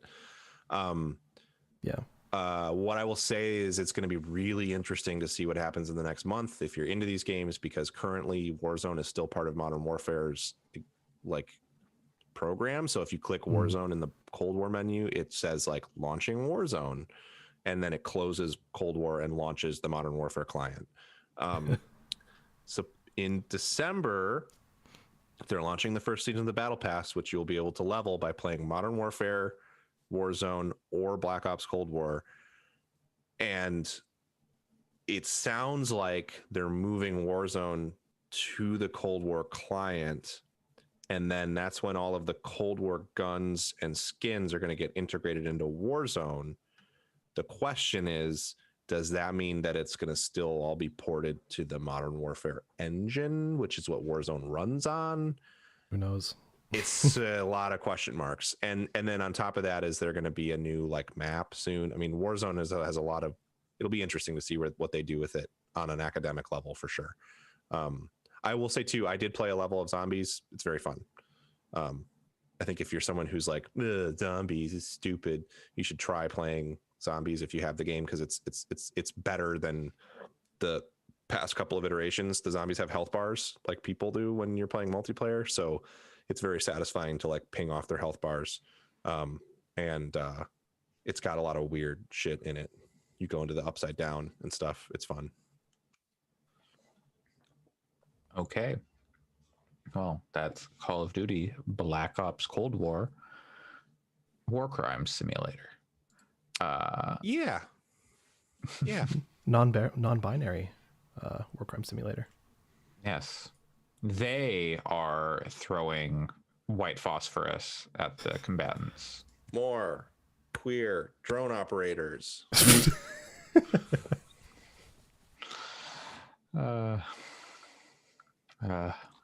Don't even fucking get me started. What do you look? Some tweets and some talk. There's always there's tweets. There's always talk. I'm very happy that Joe Biden won the presidential election, but also we're off to the races already, baby. Just, people over 75, they're just like riding around on like a scooter. Like, what are they even doing? It's not living. What other video games do we have to talk about? Alex finished some games. Yeah, I finished three games this week. 3 games this week. Yeah, you had See what happens. See what happens when you don't play a 130-hour game. Or you finish one at like or if you finish one, you finished a 130-hour game. You can actually do other things. I don't know. Which one do you want to hear about? The 130-hour one, or the one probably none of you have heard of? So you've been talking about Umineko for weeks now, and I feel like we know your feelings on it, unless like something drastically changed. Kind of. Last week you said it was probably your favorite. I don't know, favorite piece of media. Or was it favorite? Yeah, like okay, probably. That still holds true. I would say so. It's really fascinating. It's I will have more thorough thoughts. I have a review that's like 3/4 of the way penned. I'm stepping away from it and coming back to it to make sure I get all the thoughts in there without being too crazy, because I don't want to. I don't want a review of a 130-hour thing to take an hour itself to read. So it's trying to be pretty concise with a lot of thoughts. Yeah. But yeah, no, I think you're right. I think it comes out the other side as probably my favorite story across mediums. Like it's extremely well executed throughout, and it really nails the landing in a really fascinating way. In where I can see that it influenced a lot of other things that I super love. Like, it's pretty clear that it was probably a direct inspiration for Danganronpa 3's ending. So if you finish that, you have an idea of what that means. Oh, this is like going places now. But the thing about Umineko versus Danganronpa 3's ending, where Danganronpa's 3 ending is like the last 2 hours. Umineko has that kind of stuff. And then there's another like several chapters beyond that. Like it pushes things way further. And like it really makes you think pretty hard about like the value of fiction and like how much impact a well-told story can have on actual human beings and stuff like that. It dives into some really deep stuff, and it does it really well. So I have a hard time saying anything particularly negative about Umineko, because like the only negative thing I would say about it is that Ryukoshi could do with an editor. because it What's is a 130-hour game. yeah, it's Yeah. very long, but like all of it is very lovingly crafted. Like all the dialogue is like just all of it serves a purpose. It's just there's a hell of a lot of it, and that's the only real downside. So yeah, we've been talking about it for over a month, and I don't want to draw it out for too much longer. But yeah, it came out the other side saying it's spectacular. It's weirdly, I might put it as my game of the year this year, I think, despite the fact that it came out in English in 2017.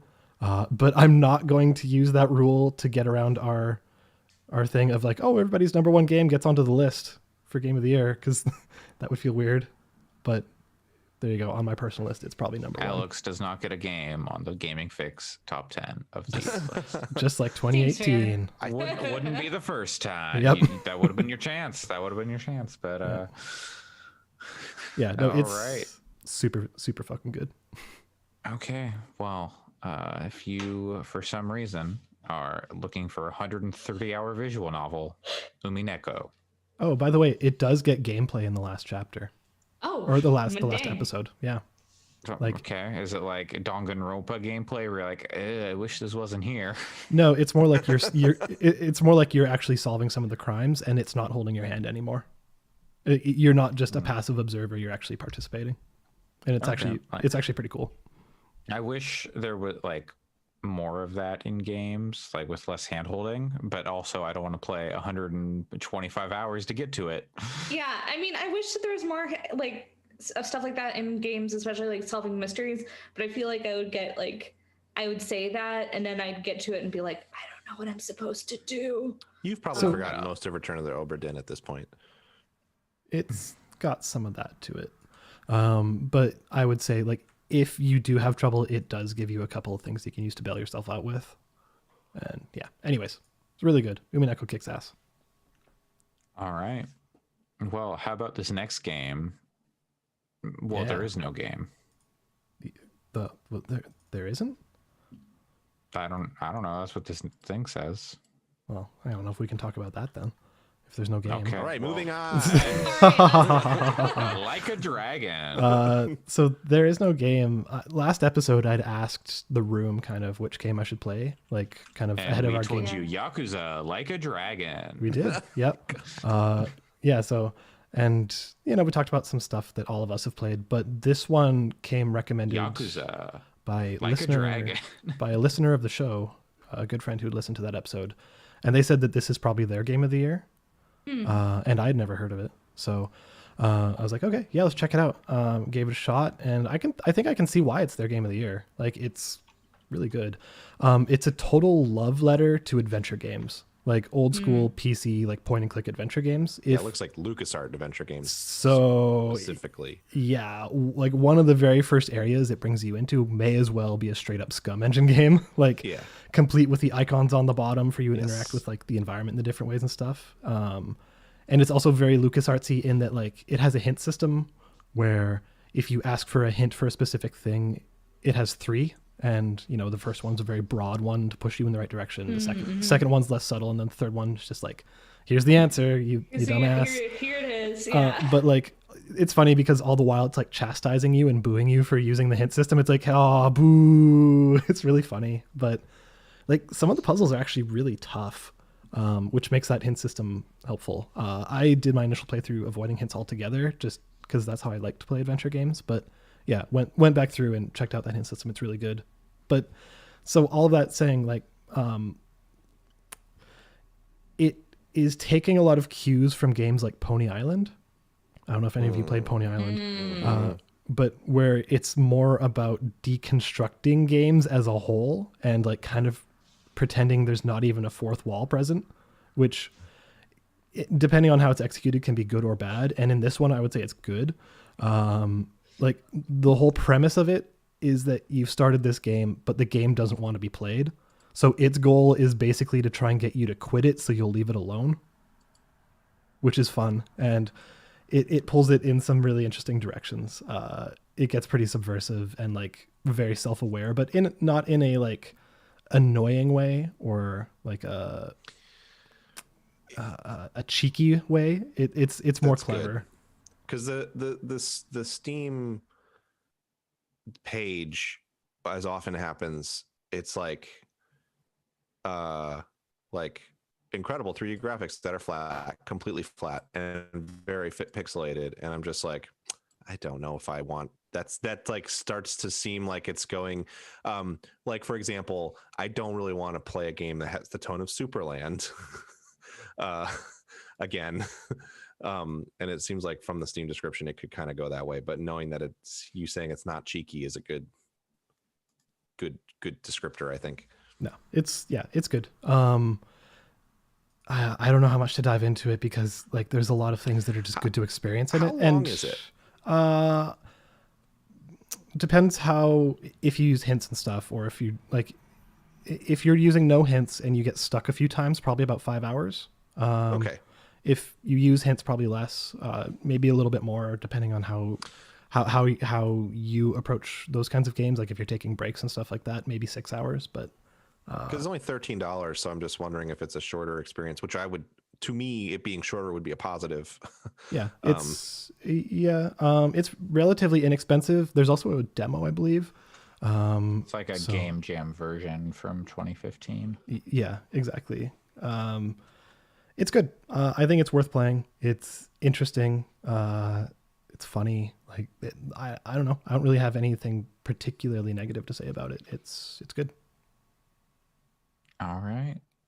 That it does sound interesting. Maybe I'll check this out. The system requirements are kind of funny. They're like, it's like OS, Windows 7 Service Pack 1 Plus, or Windows 10 processor, x86, x64 architecture with SSE2 instruction set support. Like anyone knows what that means. Yeah. Like 4 gigabytes of RAM, graphics, Intel HD 4000. Sound card built in. Yeah. So 950 megabytes of available space for storage. It's that's clever. I like the system. If you look at the Mac OS X graphics, metal capable Intel and AMD GPUs. Like they're not. I mean, No, that's those are that's things. accurate. It's real system requirements. It's just funny. Yeah. I will say one of the other things about it that kind of I wasn't expecting is that it has a pretty good narrative that actually hits some emotional beats, which I wasn't expecting. Cool. So yeah, it's good. I'll definitely have to check that out. Yeah, it looks like something I would potentially enjoy. I'm very hard on comedy games generally because I feel like very few games actually go for comedy as their core thing and hit it. But this one sounds, what you're saying sounds encouraging for this one. So it's comedy, a quote unquote comedy game in the same way a LucasArts game is, like where it's there, but it's not like necessarily the focus. And that's like the way, basically like Double Fine and LucasArts are the places that have consistently been able to deliver that totally. in a way that's quality. So yeah, Steam reviews are overwhelmingly positive. It also has great critic reviews too, which you never really, it's rare to see a game that has really high critic and user reviews, especially for an adventure game. A point and click adventure game. All right, well, that brings us to we've been doing all sorts of like RPGs this week. We got Cold Steel. I think there was another one. Wasn't there another RPG? I don't know. What have we talked about on this episode? Cold Steel, the biggest Astro's Playroom. Yeah, Astro's Playroom is the biggest RPG. Yeah. Yep. Yes. Well, we do have another big RPG this week. Just came out. It's a big game, man. Yakuza Like a Dragon, aka Yakuza 7 in Japan, but they were like, we don't want to scare off the Westerners who haven't played any of the other games, so we'll just call it Like a Dragon, so people know it's like a fresh start, because this game is no longer about Kiryu and friends. It is about Kasuga Ichiban, who is your favorite cup noodle. He does look a bit. He's got that ramen hair. He's got that hair, yeah. He's not as much as Naomi Osaka, but he's got that. He wanted the punch perm, but that lady is like, I don't know what that is. So This it's just this weird 2018, my mess. guy. Yeah. Yakuza. Alex, Allison, and I are all playing it. Yep. So Alex, you're pretty early on, right? Yeah, I would have been further if it worked on PC for me. Yeah. Yeah. That's we can get to that, but yeah, I just got to the first point where you can kind of run around the open world. So Okay. like, So you probably did, like that first fight, and then yeah, I'm like half an hour, Okay. maybe 45 minutes in. Gotcha. 90% of that was cutscene. Yes, exactly. 100%. Yeah, Allison, Yeah, you're there's a lot of cutscene in that early game. It's like good cutscenes, but there were definitely points where I was playing it the first night I had it, and I was like, how much have I actually played of this game so far? Mm-hmm. Yep. I'm like 10 hours in, I think. Okay. Oh, You're wow, a nice. good chunk in. Yeah, I'm a good chunk in. Yeah. I'm like 3.5, 4 hours in. I just finished chapter 2, which I think is the point where now, like in chapter 3, things are opening up a bit. Because Yeah, that's when things like start the to first open 2 up more. chapters are just a lot of table setting. It is a very slow open. You're going to be watching a lot of cutscenes, hearing a lot about the workings of Yakuza crime families and backroom dealings and espionage subterfuge. Watching a kabuki show. Sure. Yeah, as you do. Going to prison for 18 years, all that good shit. And that brings, Ichiban is a low-ranking member of the Tojo clan in a family, which is the same family that Kiryu from the previous Yakuza games belonged to. But Ichiban ended up in prison for basically the entire time that Kiryu was out of prison after, basically this. Oh God, what date does Yakuza Kiwami 1 take place? Basically, the entire Yakuza 1 to 6 takes place basically during the time that Ichiban is in prison. So Kiryu and Ichiban never crossed paths during that time. But then, so Ichiban had to take the fall for something he didn't do, which is very typical for these games. And then is out and trying to get back in touch with his family and all the people he worked with. And things are not quite what he expected. Things are hinky. Yeah, exactly. Yeah. So it's very much like that story that has been in the previous Yakuza games, where it's very intricately woven, decades-long stories that come to a head in this 40-hour game or whatever it is, 40-hour story. I was gonna say, there's no way I'm completing this in 40 hours. Considering with all the side stuff and whatnot. It's but basically I was looking, and it's main story 40 hours to beat, which is it's a good chunk. Very intricately woven plots and interesting characters, over the top cutscenes and fights. Yeah, but they have made a massive departure from the previous games, which were all beat 'em ups, brawlers, and this is now a JRPG turn-based combat situation, which they justify in universe because Ichiban is a big fan of Dragon Quest.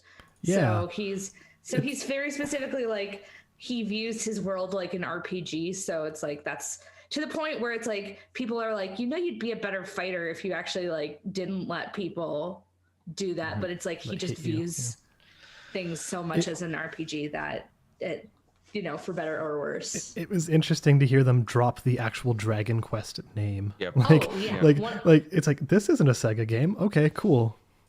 No, he keeps talking about Dragon Quest over and over, and you're okay, cool, Ichiban. That's what you're into, I guess. So.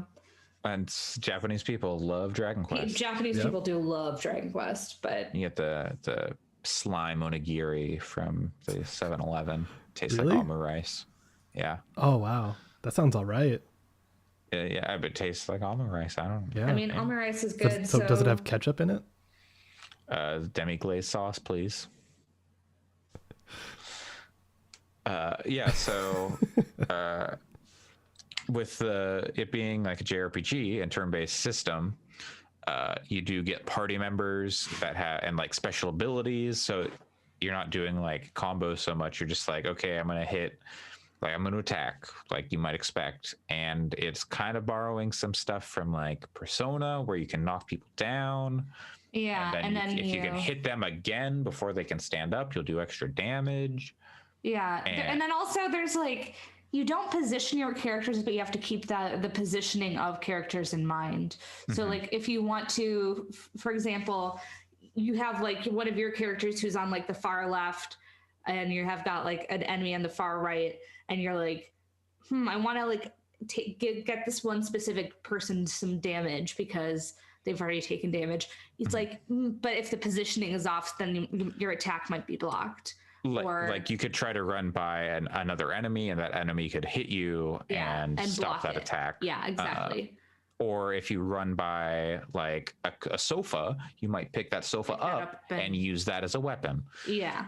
Which is all stuff you would do in the brawling of Yakuza in previous games, but now you're just you have less direct control over that, and you're doing more interesting things with like doing debuffs or like taunting, and like, oh, I'm gonna charge, like I'm gonna do this like special punch and I have to hit like square a bunch to charge it up before and do extra damage and get an extra effect, which is cool. There's specific button presses and stuff. Yeah, you do. And there's also like a active aspect to blocking where right before you get hit, if you hit the block button, then you'll take less damage. There's also just like the traditional like, oh, I'm going to use my turn to guard because there's a big attack coming. So yeah, it's very or much there's RPG or it's like, with a little bit of extra action in there. Ichiban is like low health, and I don't want Ichiban to die, so time to have him guard and have one of my party members do the attack. And then also all the party members kind of hit differently too, so you keep that in mind as well. So there is a job system, so like you've got detective. Again, I'm 10 hours in and I barely I think they just introduced it to me, where there's like, here's the jobs, and I was like, yeah, you're still introducing a lot of stuff to me 10 hours in. This is sure a JRPG. There's a magic stat. like why is it called magic? Like, is very interesting. Like they call MP mental points, which is like, okay, yeah, sure, mental points, that makes sense, but there is just a straight up magic stat in the game, which is very amusing to me. There's a like, also, I mean, if you haven't played a Yakuza game, there's a lot of like weird nonsense in it too. Oh, 100%. Which is like, you know, something that's par for the course for Yakuza, but like there are specific systems where you're just like, what are you doing here? Hang on. Like, or they specifically like reference like another game, or they specifically reference another thing, or it goes into a weird place that you were not expecting, but this is what's happening now. And I think so far, with this being a new character and stuff, I'm not liking Ichiban as much as I like Kiryu. I don't know if that's like, I love Ichiban, but like I haven't played it as much as you. I haven't played the originals as much as you. So like, there's an effortlessness, like Kiryu is just like, whatever, I'm cool, like I'm just doing my thing, I'm chill. Ichiban has no chill. Ichiban has zero chill. You said that, I was like, ooh, zero chill. I've described him as a himbo in our chat multiple times, and he is basically the stereotypical himbo. And see, Kiryu is too. Kiryu is ultimate himbo. Like Kiryu is, but Kiryu is like, he's strong, he's kind and strong and handsome and dumb, but he also has a deep degree of emotional intelligence. Yes. That is like, he makes everyone around him feel special. in a way that is like really wonderful and is part of why he's such a fantastic character, because he says things and you're just like, I would never have figured out how to say a thing that would make someone feel as good as what you just said, Kiryu. You're so great. Whereas emotional intelligence is not, I wouldn't say that's Ichiban's strong suit. There are certain points where you're like, dude, you need to learn how to read the room, my dude. Kiryu never needs to learn to read the room. Kiryu always reads the room. Ichiban does not know what reading the room means. Kiryu just has his like, Nani? Yeah, sometimes sometimes Kiryu reads the room and he's like, what is going on? He's still confused because there's a lot of nonsense, but he's honest about being confused. Yeah, Ichiban has been in prison for 18 years, and if you were in prison from 2001, January 1st, 2001, that's when he got arrested, to 2018, the world changed quite a bit in that time, and you would be confused by a lot of what's going on, especially like the way his world was in particular was shaken up, but. Yeah, and there's a lot of stuff where that's, I think, really interesting character-wise, where you do get that, brief bit at the start of the game where you see how his world works in 2000. Well, this is like December 31st, 2000. But then seeing how like drastically if things have changed. I mean, part of it, how things have changed is, kind of obvious stuff. Like one of the early bits is where he's like trying to figure out how to use a smartphone. And he's just like, I don't know what this is. How do I call people on this phone? I've had other phones, but makes no sense. But other things are kind of more, how the world has shifted, and passed him by in a way. And I think it's interesting. You may have touched on this already when I was up for a second, but is it tied to the other games in the series more than name and cameos? So no, it seems to it takes place like right before Kiryu gets out of prison in 1. So basically right before the story of 1 of Yakuza 1, and then it jumps to after the story of Yakuza 6. Okay. Because he's in prison for 18 years, and I think Yakuza 6 is in like 2016 18 or 16. Yeah, something like that. So it's basically they're like the main thing that kicks off in like chapter 2 is there has been like a takeover of the Yakuza, and the Tojo clan has been usurped. Okay. And so kind of knowing the world state after 6 is basically this extent, because I'm interested to play it. I still haven't played all the other ones, but I played 6 obviously. I think I'm gonna play it on PS5 because I have it, so I feel like I should next year play it March or whatever. And I have so much to play that I don't feel bad delaying it to there. I mean, I would love to be able to have thoughts on it for Game of the Year, but also I have a lot to play. So there's also 3 of us playing it. We can probably come to a consensus. So I'll let you know if there's any baby football. I mean, I'm gonna play it either way for sure, because I'm interested in there's some stuff with babies. And there's always stuff with babies and idols. There's always stuff or not idols with mascots. There's always stuff with mascots. There's always stuff with excited, you guys. I was so happy to see that, because I'm just like, Allison, you really should have been playing these games. The stuff you're really mascots. excited about. I love Japanese mascots, and I just saw one come up, and I was like, "It's you!" Stuff you've been describing as being really excited about are not new features to the Yakuza series. Hey, Andre, I know it's not necessarily the area, but has Ono Michio showed up at all? That is, oh god, where is he's in like near Hiroshima? This is so no. That's why I was saying it's probably not the same. It's not the same area, but no, that's not even. That's much further, like southwestern. Ono Michio is so good. Did we do best moment? No, but we talked about Ono Michio. Okay, I mean, I guess Yakuza 6 did do very well in our Game of the Year. Yakuza 6, huh? Yakuza 6 is it's so probably one of my favorite games of the generation. Yeah, it's really good. It is. I own literally every Yakuza game now. So what's wild is Yakuza 6's gameplay itself is fine. It's not bad, but it's not like it's nothing to write home about. But the story is like I mean, So honestly, incredible. like that's kind of like one of those things where I know a lot of people were concerned about the shift from kind of the brawler to the Yeah, that part doesn't. the thing, but I'm like, I liked the gameplay from what I've played of Yakuza 0, but it's not something that it's like the draw for me of the series. Sometimes it kind of gets in the way because Yeah. it's like I just want Also, to there's like certain beat this times fight. I don't really care about doing it well. Yeah. And there's certain times I'm really not good at it, and there was like a boss fight, and I'm like, oh my god, I am so tired of not being good at this. There's a couple of fights in Yakuza 6 that I think are well served by it being the kind of game that it is. Like the fight in the burning building, Andre was one that I was like, wow, this is fucking awesome.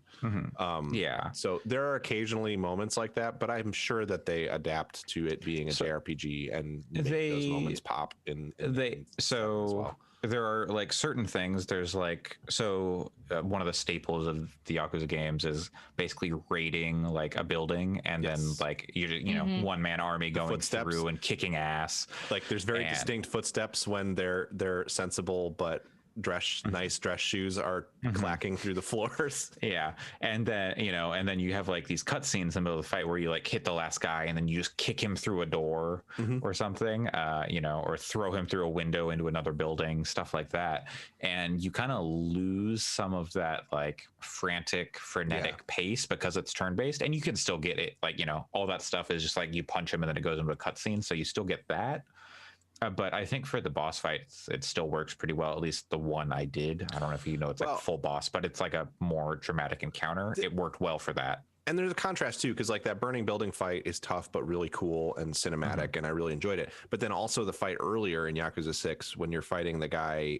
Oh God, I can't remember a lot of their names. Yeah, you're fighting him in the dojo where he cuts his finger off and stuff. Oh, that'd be Yakuza 0. Maybe I'm thinking I'm thinking of Yakuza 0 then. That fight in Yakuza 0, which I played like 10 hours of, and I actually like the combat in Yakuza 0 more than in Yakuza 6. Yes, I agree. But that boss fight in Yakuza 0 drove me up a wall. I hated it. Oh, I'm glad it's not just me. It's like very early in the game. Yes, and it's like the first thing thing you do. I hated that boss fight. So it kind of cuts both ways. Yeah, but you get to kick that guy's ass a bunch in that game. Yeah. God, when you go into the sewer and he's just riding at you on a motorcycle with a pipe screaming at you, that was so good. That's the thing that is the most impressive, I think, about the Yakuza games is I would still like to play all of them, but I also roughly know what happens in all of them and have played bits and pieces of like 0, 1, and 3.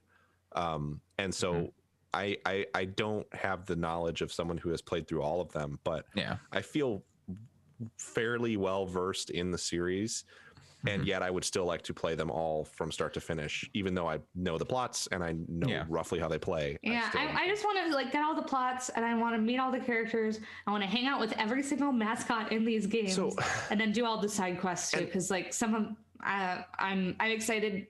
Because like 10 hours in, I've done some of the side stuff, but I haven't done a lot of it yet. So I'm excited to really, it rolls out like very piecemeal. Yakuza does is the thing. This is the same thing with Persona for me. The thing that Yakuza does better than 90% of games is just existing in its spaces is such a like enriching experience. Like just walking around the streets and going into restaurants and eating food and going into the arcades. It's such a rich world in so many ways. And I think to me, that's the strongest point of the series is that makes the stories feel very impactful and emotionally like engaging because you feel such a part of the world when you're walking around in it. So much more than most RPGs and certainly so much more than most JRPGs in my opinion. Which is and that's one of the things that I think is really strong about Like a Dragon so far is I feel really connected to this world so far, especially with dealing with the story and like one of the things that I thought was interesting in Yakuza 0, but I don't know if it's necessarily the best. It's like the money upgrade system I thought was really interesting, where you up your stats with actual money, but it kind of meant that like you always had like this surplus of money for literally everything else. Mm-hmm. So I never felt like, oh, I never felt like a scarcity of it. And like if I needed to like get something to eat or get an item, Well, I mean, get like a health item. You're the Dragon of Dojima. You should not be having to pay for anything, really, because everyone should be terrified of you. But Kiri's a nice guy, so he pays. Right. Whereas, like, here, you really, like, there really is a scarcity pretty early on, to the point where I remember, like, I looked at the amount of money and I was like basically I think I said it out loud of like, we're gonna eat like kings tonight here, and like went into like a burger place and I was like, we're getting the full set today. God, the food is looks so good. Oh my god. Oh yeah, it does. The problem with playing Yakuza games is when I was playing Yakuza 6, which I played like, thankfully I played it very quickly over like a 2-week period. Because all I wanted to eat was Japanese food the entire time. Oh yeah, and this game, yeah. this game opens with some dope dim sum, and I was like, "Fuck!" Oh yeah, God damn I it. specifically Googled like to see if there's any place near me that had Odin, because I really wanted to eat Odin after some of that. There's a really great moment in like the second chapter, the first chapter, like near the end of it, where Ichiban is at a beef bowl shop and just has this amazing interaction with the waiter. I can't remember what he says, but it made me laugh so hard. That was such a good scene too. It's like emotional, but it's also funny, and also like I would kill for a beef bowl right now. So. It's funny too. It's this super like, basically it's like a last meal type situation, and Ichiban is like, well, no regrets, right? And the waiter looks at him and goes, never regret a beef bowl. It's funny too, because as listeners will probably know, I'm pescatarian, so I'll eat fish, but I don't eat that much seafood.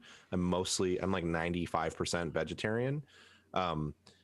And when I see like a beef bowl in real life, I'm like, I don't want to eat that, because like I'm not picking on. I would never like pick on anybody else's food, but like meat is not appetizing looking to me in real life. However, in Yakuza games, all of the food looks so good. It looks like better than real life. Yeah.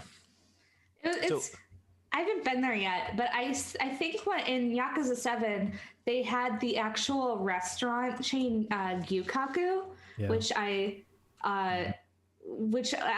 is like has spread to the US, and there's one near me, and I've been there in New York, and it's like, man, I'm gonna be like have so much fun going to Gyukaku and be like, I wish I could go to real Gyukaku. It really sucks that the save transfer thing isn't a thing. Yeah. And that it won't transfer up, because I am considering purchasing it on PS4 because it is a free upgrade at least. And there's the saves don't transfer. There's a buy two get one free that you can get through Target, at least in the States, and I could pick up Valhalla and Yakuza and then get a free game also.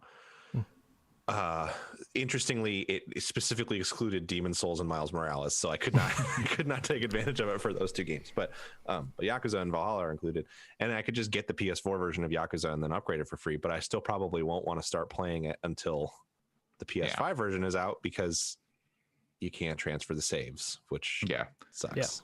Yeah. I'm curious what the next gen version looks like on Xbox. Because I've got the settings fully cranked on my PC. I've got like the screen space reflections, which is like the ray tracing stuff, and that looks nice in the puddles. But like there were still like signs are still like pretty pixelated, even on like 1440p and like highest quality. I would love to be playing this game on PC. I bought it on PC.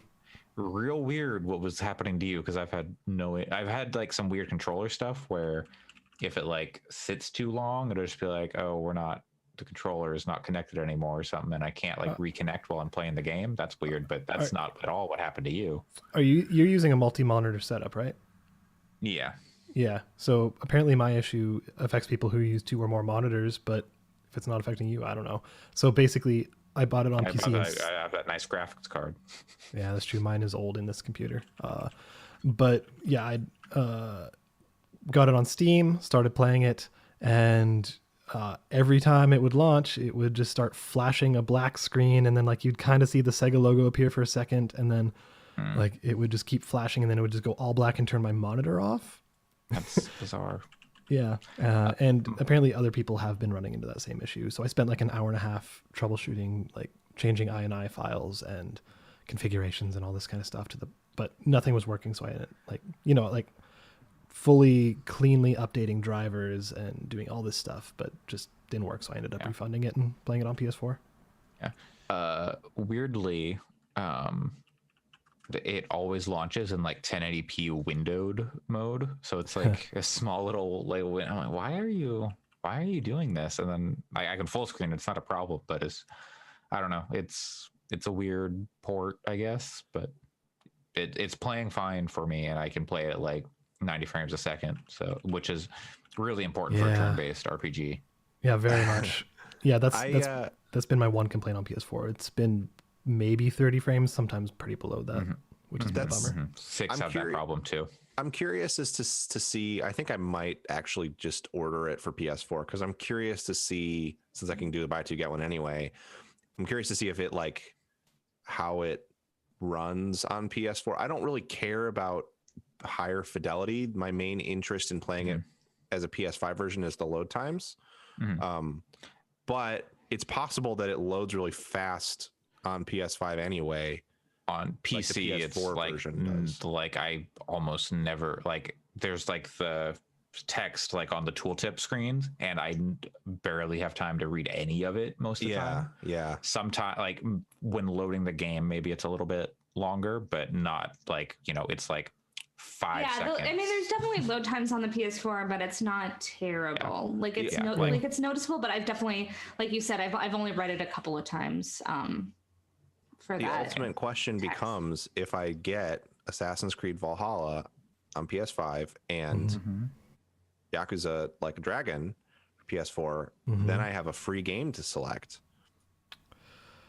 Another copy of Bugsnax. I would prefer to take advantage of the promotion to its fullest extent and get something that is full priced. All right. I mean, like I could pre-order Immortals, but I think maybe I don't like that game based on the demo. Godfall. Madden NFL 21. No, I don't want Madden. I don't really want DMC5, and it's not full priced anyway, so that's a cheaper get. Because you can do it on pre-orders, but I don't want to pre-order something that's way off. I could get Watch Dogs on PS5.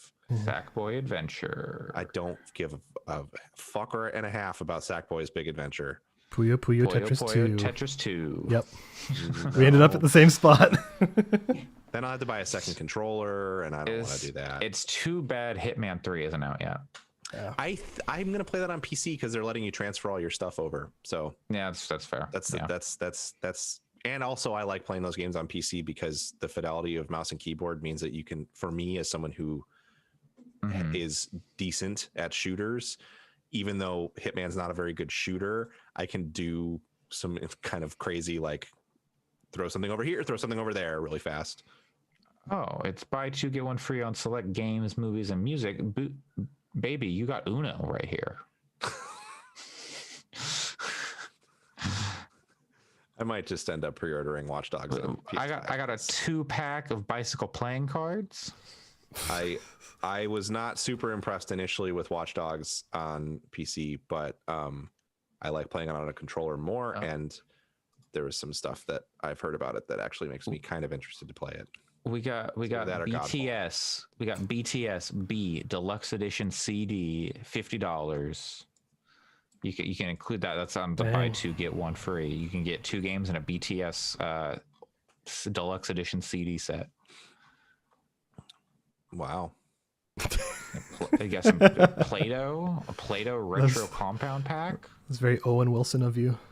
Wow. Wow.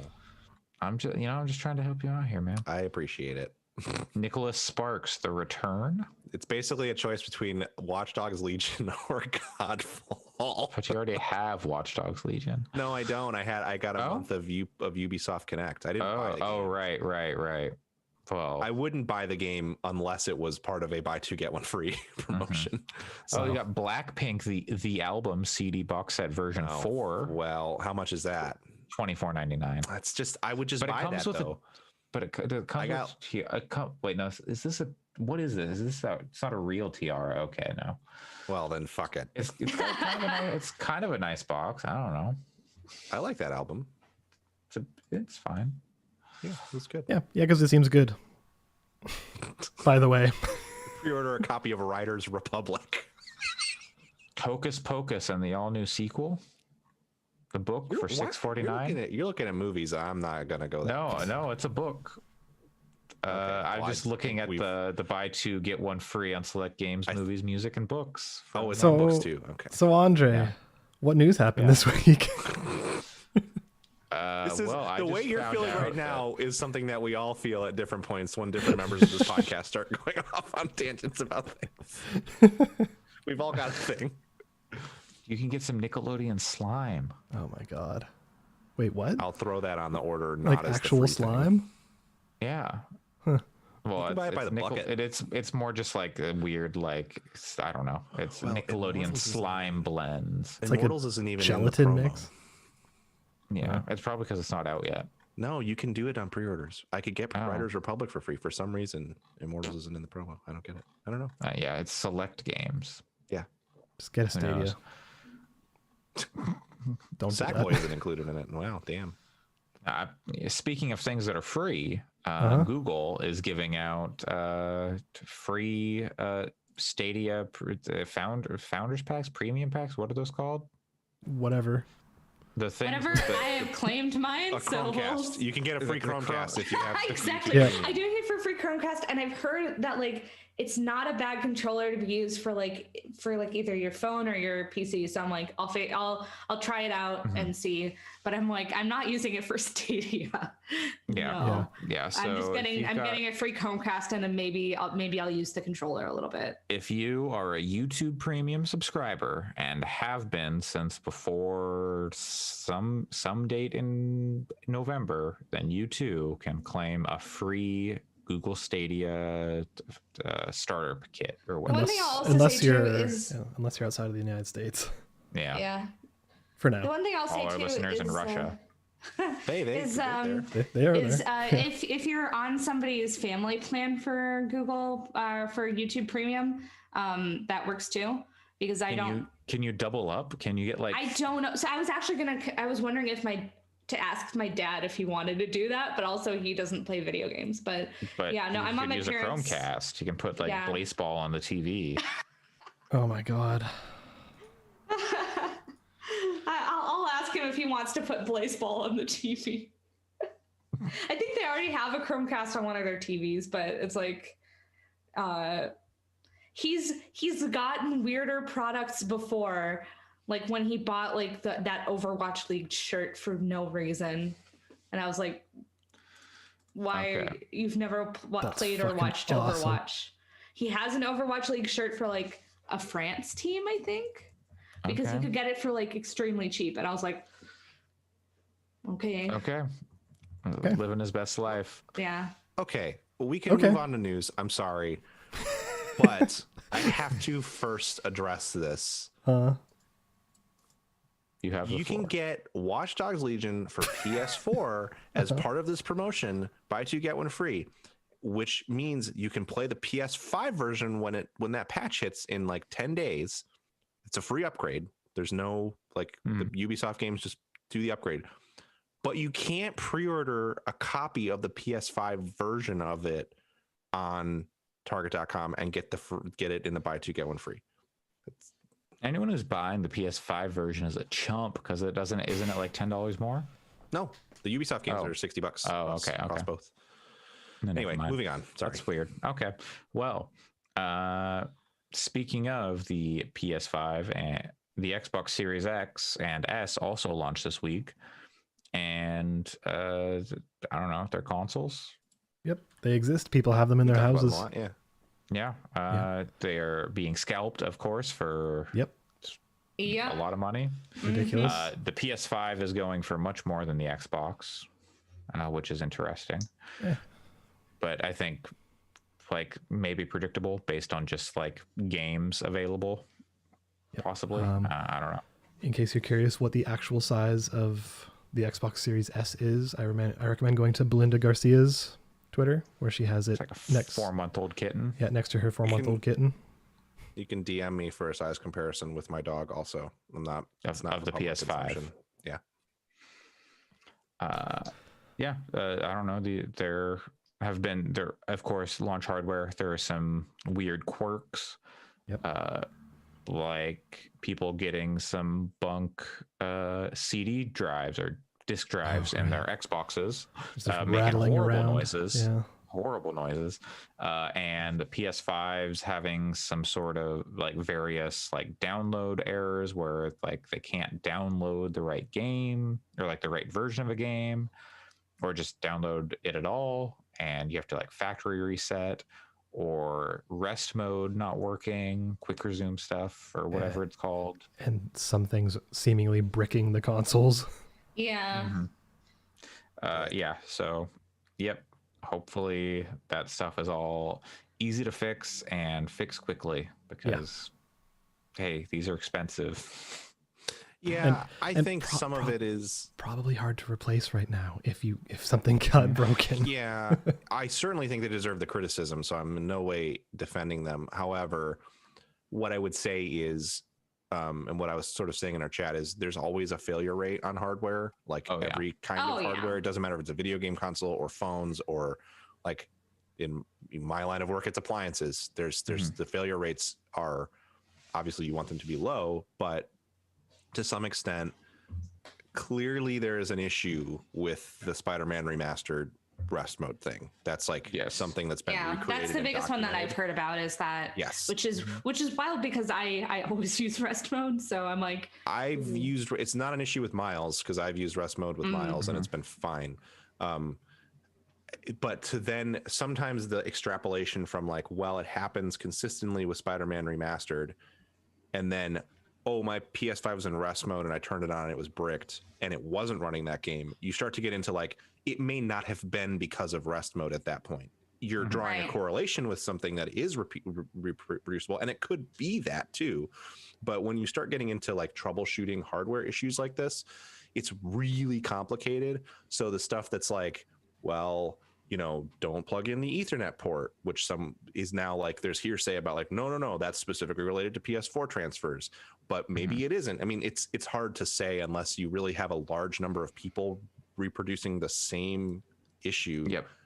It could just be that the console, I mean, it could be that there's something got knocked loose. I mean, this isn't really a thing with modern consoles, but there's so many different points of failure on them that obviously you should be critical of the company for when you spend $500 on something, it should just work. There's no getting around that, but there's also no getting around the fact that there's just failure rates on these things. So I'm choosing to live my life in such a way where I'm not going to put it in rest mode with Spider-Man Remastered. That's been well documented and reproduced, but I can't just be like, well, I'm just not going to turn it on until March. right. And I mean, like, also like, I mean, it might be hard to get things replaced right now, but I mean, they're not going to say like, oh, your console bricked itself immediately. Yeah. We're not going to replace it. Like, But yeah, like what I was saying before, the getting that replaced right now is probably a motherfucker, because totally. The demand is crazy, and I imagine their pipelines don't have that much allocation for replacement units right now. Yeah, and I mean, I it's like that's probably the biggest area of concern, but it's like, if it does brick, it will get replaced. They're not going to be like, and there's I things don't like, know. I saw someone say that if you put a disc in upside down, it'll break the console.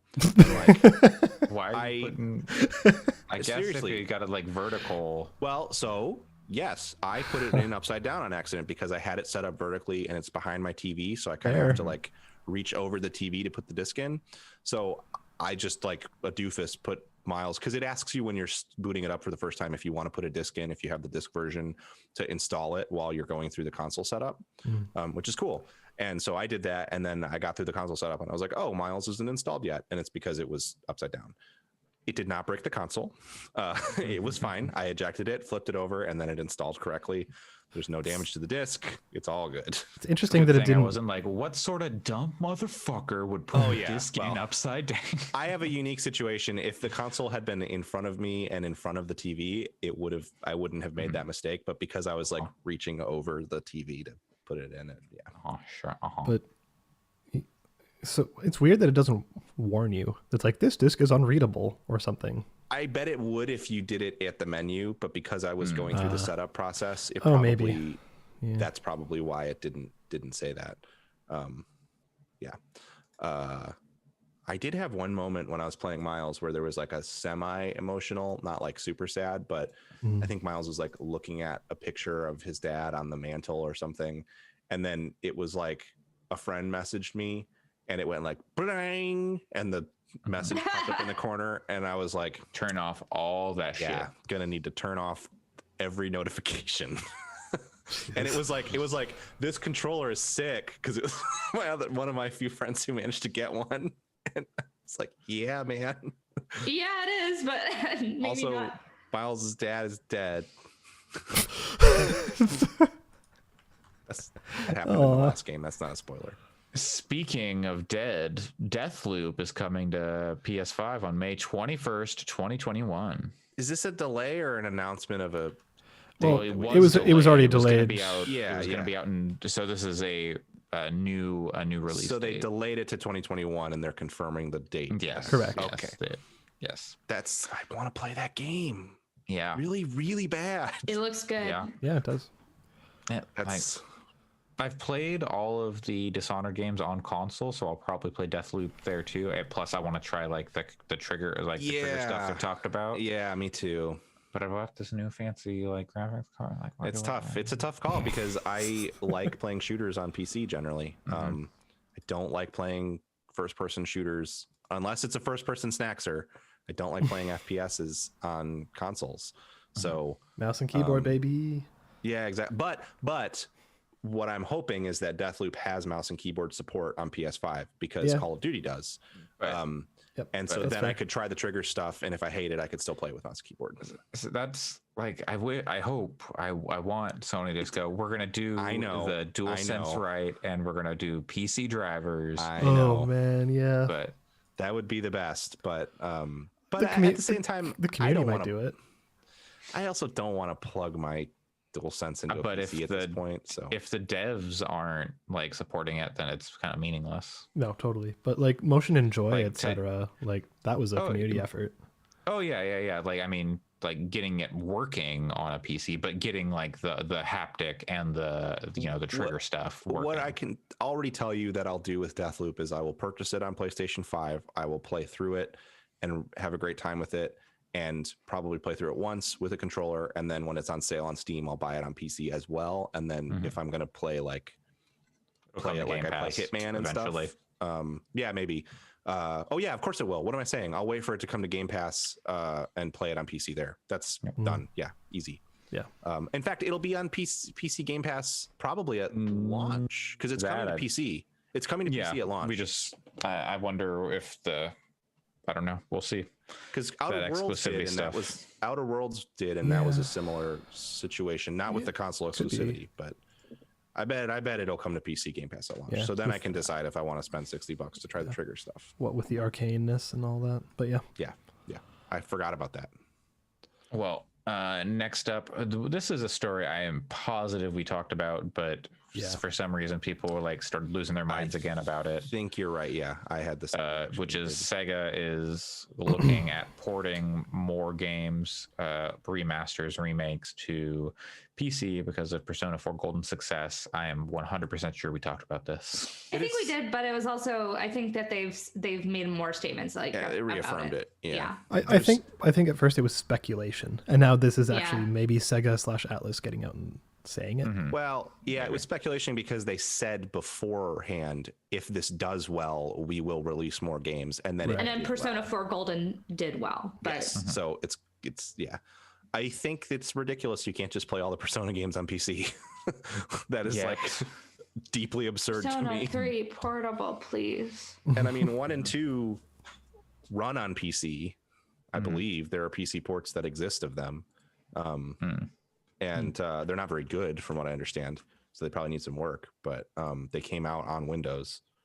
Persona 1 came out on Windows. It'd be cool if they just brought the SMT games over also. That would be nice. They're cool. doing that That I have remaster of less of 3, which is out next month. They are, Yeah, but like it's I out in mean all of Japan them. already, right? Maybe it's coming out in Japan next month. And No, I'm pretty sure it's out already in Japan, but not out here yet. Persona 2 only came out on PS1 and PSP. That's weird. PSP. Yeah, but like I don't. It'd be cool if like Shin Megami Tensei 4 or whatever came to PC. I will say, if you're a fan of Sony's portables, you should play Astrobot. If you want to see some fucking high-res 3D models. Like take a deep look at the Vita. Yeah. Cool. Deep Vita. Yeah, I would hope that they put out the rest of the Persona games on PC. What else has Atlas done? I mean, Atlas developed, not Atlas published. Catherine. That's already come out to PC though, hasn't it? Yeah. Let's see. They've done a lot. Yeah. I mean, they do a lot of publishing, but they also do a lot of development too. Was Radiant Dragon's Historia. Yeah. was Dragon's Crown them? Because that was a, or was that Yes. vanilla? So, Was yes, that It was. or was it Vanillaware game, they Vanillaware? published it. Oh, okay. No, I believe Atlas published it. Yeah, they published it. So they didn't make it. Trauma Center Under the Knife. Oh man. That game is so good. It That game is. is so good. I'm Yeah, so bring bad that- at bring that to game, PC. but- That game rules. I never expected it to be as good as it is, and then a friend of mine was like, "You have to play this game," and I was like, "All right, fine." And then I played it in like one sitting, Yeah, like it's good. one 19-hour sitting. It's fun to watch speedruns of those games. Yeah. Oh yeah. Those are fun. They published Demon Souls, but the original. Did they publish it worldwide or just in Japan? Maybe just Japan. Like think it's they got just like published it in Japan. it's got Bandai Namco, Sony Interactive Entertainment, Atlas USA is on here.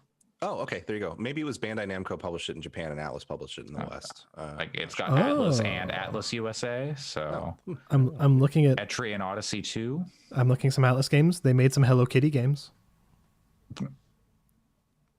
Sick. Persona 5 Scramble, The Phantom Sick. Strikers.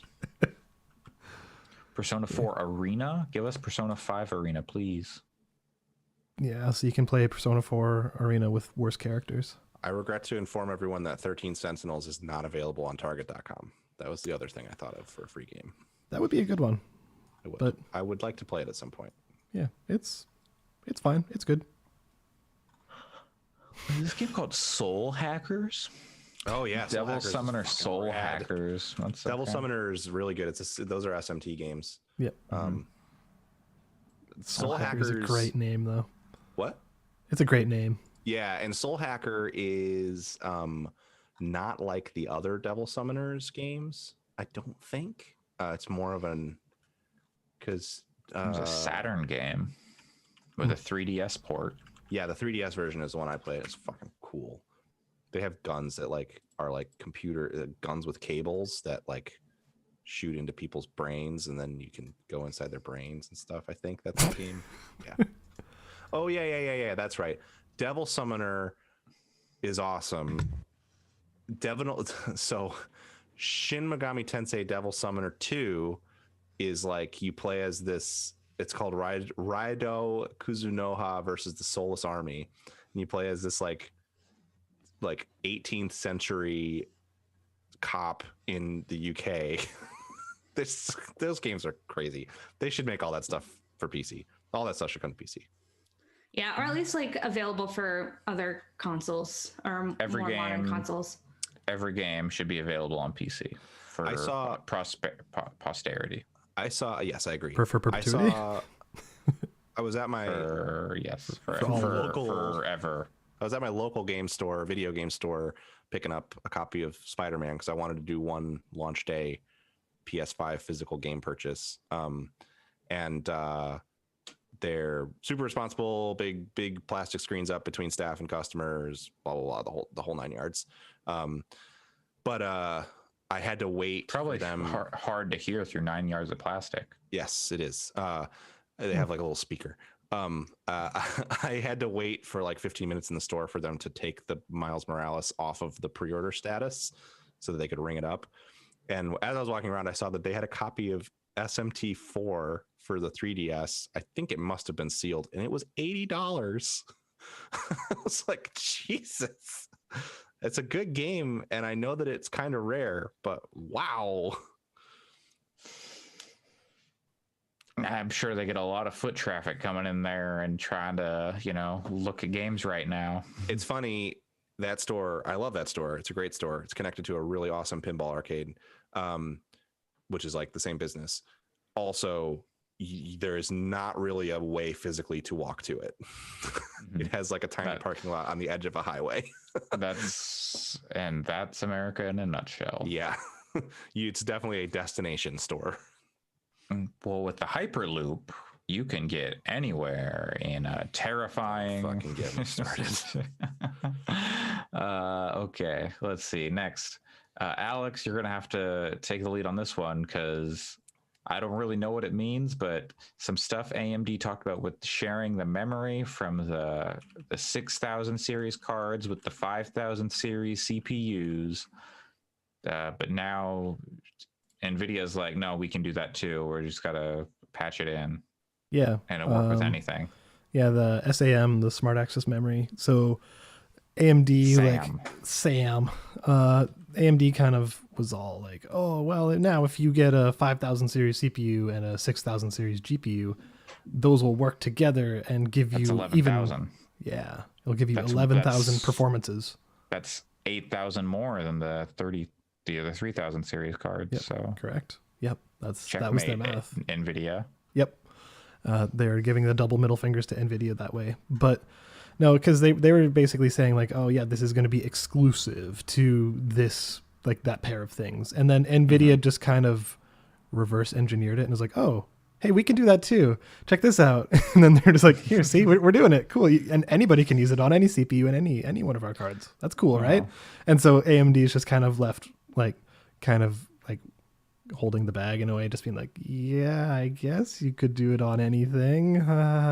But it's just like, that was supposed to be like a really big selling point for the new AMD GPUs versus anything else. But now it's like, oh, that's just going to come in a patch to everything. So yeah. It was just funny more than anything. So what does this actually mean though? What does it actually do? What for me, the gamer? Why do I care? It's because it will allow the CPU and GPU transfer bus to go beyond the memory it has, which is usually like 256 megs. I know you don't care about any of that shit, but essentially, like, or most of our listeners probably don't care about the actual technical details, but essentially it means that the CPU and GPU will work closer together and give you faster performance. That's the short version. Fewer bottlenecks or like smaller bottlenecks? Right. So it's doing bigger bottlenecks. What is it? I don't even know. Wider bottlenecks. Yeah. The bottleneck is not as bad. Yeah. So it does, if a GPU or CPU has to make a call to memory, it can do it faster. Or like it doesn't have to do 2. It can do 1 instead. So it's good. Okay. Sick. And then once that's paired with like direct storage coming later next year or whenever it actually gets implemented in games, that'll be pretty snazzy, it seems like. Yeah. It's a good thing for PC gaming all over the world. And our last news story is it's one that I'm excited about. Neo and Neo 2 are being remastered for the PS5. Yeah. And they're doing it the correct, the polite, the nice way for the gamers. They are, at least for Neo 2, Neo 2 is going to be a free upgrade if you own Neo 2 on the PS4. The remaster will be free for PS5, and any DLC you own will also come along with that, whether you own the disc. If you own the disc version, you do have to put the disc in, but you get it for free. And if you do not, there is a there's just like a remastered version, and then there's also the like complete edition or whatever that comes with all the DLC, and it is getting the final DLC next month in December. The final story DLC is coming out, and your saves transfer. So everything about it is A+. Good job. That's great. Is that Ninja Theory or is it Team Ninja? Which one did think Microsoft buy? I think it's Team Ninja. Okay. Let's look it up. Neo. Team Ninja. Yep. Okay, Team Ninja. So yeah, those games are good. I was going to play more Neo 2 this year, but then I saw that and I guess I'm going to wait for the PS5 because it's a little framey and the load times are kind of annoying. So having enhanced load times and a better frame rate, they say it's going to go up to 120 FPS, which is that's very high. Up to, so not sustained. Yeah, like if you go performance mode, I don't know exactly what it'll be. I don't think they said locked, but I believe they said up to 120 FPS. So works for me.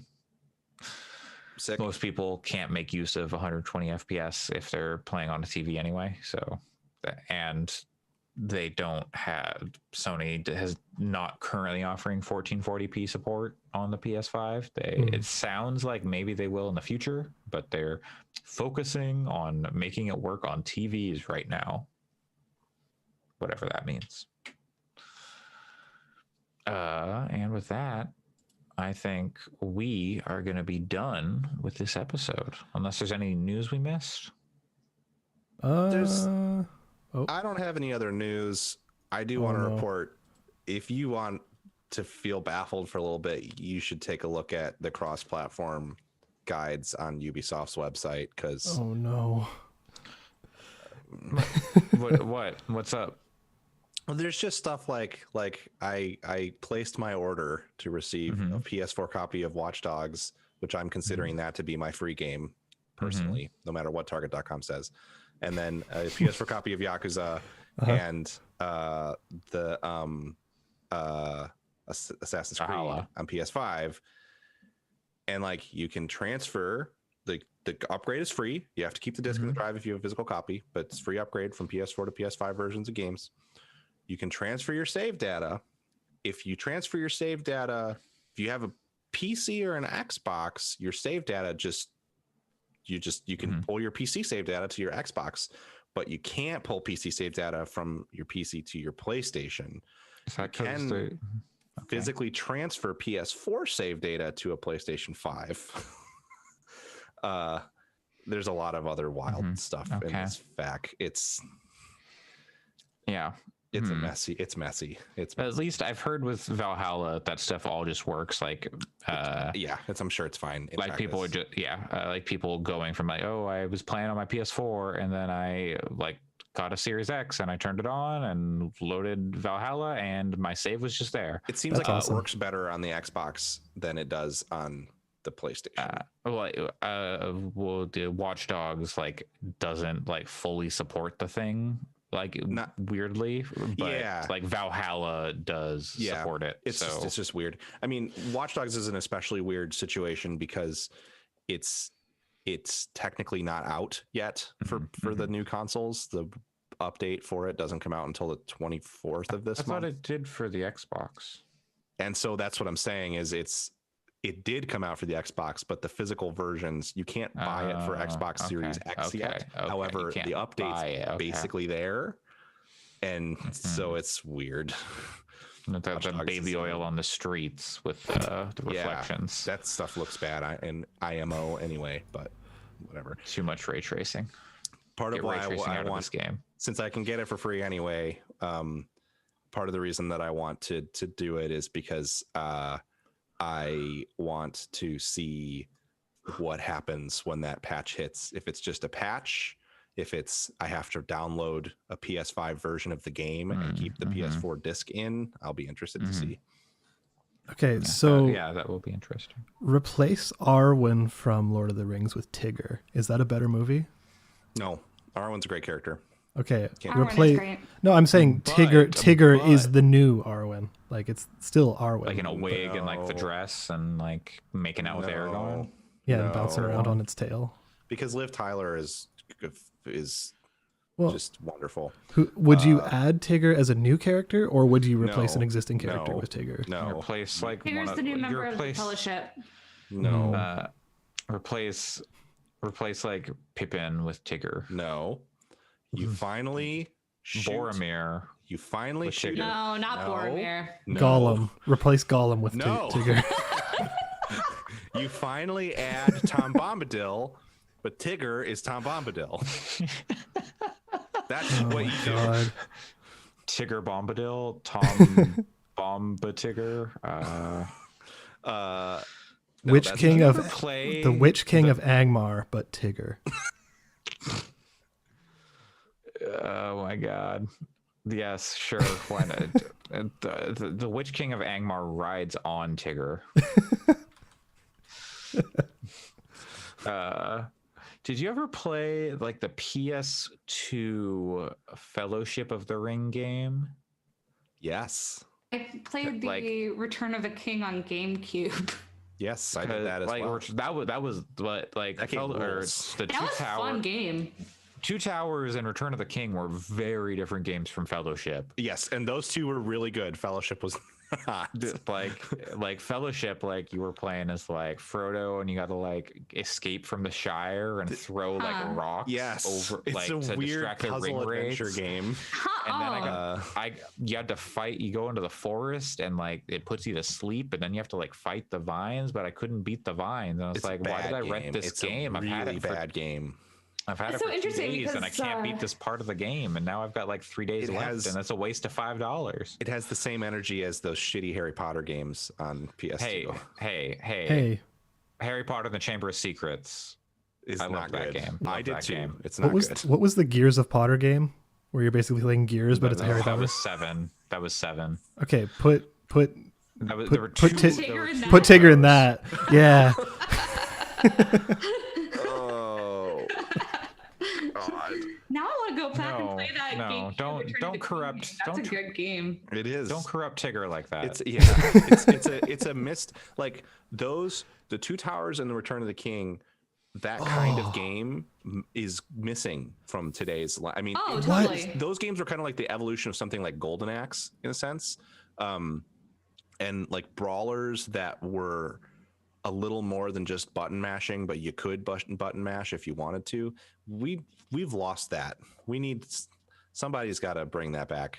Give me a Star Wars game that plays like that. Oh, please. That I could sit on the Okay. couch with my partner and play. That would be so fucking. Grabby hands So- towards that idea. I'm Oh still my God. I've got one more Tigger suggestion in the Lord of the Rings Uh-huh. universe. Shadow of Mordor, but your character is Tigger. Yes, 1,000%. I mean, that's fine. Play 'Cause it. that character is not That's- in the books Exactly. in the first place. That's basically Also, like how Loki, that he character is climbs like the fine, walls. but not, Yeah, he's like whatever. he's whatever. So He's it's like, better than I thought he would be. But yeah, he's nothing not special. bad, but not great. But So would it it's be like, better as Tigger? Yeah. No, what would be better is if Tigger plays the dead elf that's in your head the whole time in those games. What if Tigger plays both? Or like what other Winnie the Pooh character would? It's like a deep like character acting one man show situation. Where So he's wait, would having the conversations with would the himself. Heffalumps show up in that case or what? Well, are we making a Winnie the Yeah, Pooh that's game like or are the we making a Nemesis Lord of the system. Rings game? Oh my god. I want a buddy cop scenario with Tigger and Tigger. Tigger and Kazuma Kiryu. And then it's like, okay, What about Tigger and did you- Yakuza? Now we're talking. Now we're fucking Any talking. of you watch the New Adventures of Winnie the Pooh series at all? Yeah, it's Okay, it's great. which is I a don't good show. think so. But like, there's like one where Tigger is a detective, and Yes. it's like make that into a video game. Yeah. More Winnie the Pooh video games. In Kingdom Hearts, you spend a lot of time in the 100-acre wood. Just saying. Sam and Max and Tigger. That's almost too close to what Sam and Max already is, you know? Yeah. You know what I almost did the other day when I was setting up my PS5? I was looking at that list of, after I said I was going to play the Order 1886, which I still haven't installed, but Yep.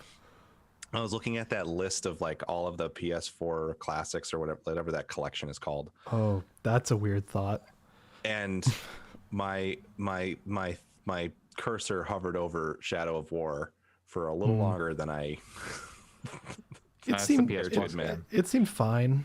Oh yeah, sorry, that's the PS Plus game. That's not one of the collection. Yeah, so it was. I redeemed it on my PS5, even though it's the PS4 PS Plus game, and which I'm very glad you can do, by the way. And and I almost hit the download button on it. So breaking news that only Pat will care about. Dota team Evil Geniuses just added a new member. It is Ice Ice Ice. Wow, that's a fucking awesome pick. Huh. That's hilarious. In 3 to 5 years, when the international comes back, hopefully he's still playing Dota. Ice Ice Ice is a really wonderful Singaporean, I believe, player who has just an amazing sense of humor. Like he's fucking hilarious. Okay. Yeah. I have one last Tigger suggestion, and that is replace the Joker in the Batman Arkham games with Tigger. Oh, yeah. So Tigger dies in City, but he's not actually dead. Is in your head in Arkham Knight. So you do the grapple thing and you're flying up, and then Tigger just Tigger tail. No. Tigger is also Batman. And the wonderful thing about Batman is you're the only one. Fuck. The wonderful thing about Batman is your parents are dead. That has been episode 147. Indeed, 100 episode 147. 100 an episode. 100 an episode. November 14th, 2020. You can find us on Twitter at Fyx Podcasts or Fyx.space, where Alex is going to have a write-up of Umineko going up. You can head over to podchaser.com/Gaming Fyx to leave us a review, or leave us a review on iTunes or wherever fine podcasts are reviewed. You can find... Yes? Oh, I was going to say, if you have any questions about PS5 stuff, feel free to email us or tweet at us or whatever. Tweet at us. Happy to try gaming. Whatever weird shit you want to know about the PS5, as long as it doesn't damage the machine. There was a video of a person with a PS5 in their car eating like a hamburger and French fries on it, like it was a plate, and they just like squirted ketchup on the PS5. Hell yeah, that's really good. Like, okay, I'm not gonna vape into my PS5, but I can't. Oh my god, that whole thing. Tweeted, yeah, that's the news we didn't talk about. It's the vapor chamber, baby. God. I mean, it turns out if you blow vapor into a fan, it's gonna shoot out the fan. Yeah, like. But people were saying it was smoke. That was so dumb. Yeah, well, it's cause that's dumb. Anyway, you can find me, Andre, aka your partner's favorite DVD, on Twitter at Coolslaw, COOLSL4W, where I'm yelling at Diane Feinstein, as we all should. Yeah, god damn it. It's true, you are. Shut the fuck up, Pat. Where can people find you? You can find me at PJC Plays, contemplating whether it's worth breaking some PS4 games to change my PSN name to that as well. Whoa, so what? To Shut PJC up, Diane. Plays? No, to PJC Plays, my PSN. Although Shut Up, Diane Feinstein is a really good name. Maybe I'll see if I can make my Black Ops name that. And Allison. You can find me on Twitter at WRITERSERENYTY, where I will be getting a Game & Watch Super Mario Brothers next week. So look forward to pictures of that. You do an unboxing video. Gosh. I almost did an unboxing video of the PlayStation 5, but I couldn't come up with a funny enough angle that was good enough. So you just open it and the dog is in there. Yo, what? You can find Sam at SGCH on Twitter, and I don't know, everywhere. That's what he goes by. He's currently just going off about eel fucking, which is, go on his Twitter. Hey, chase your bliss. And Alex, where can people find you? I don't know. That's That's the question, isn't it? Yeah, where in the world is Alex Kalinas? close enough.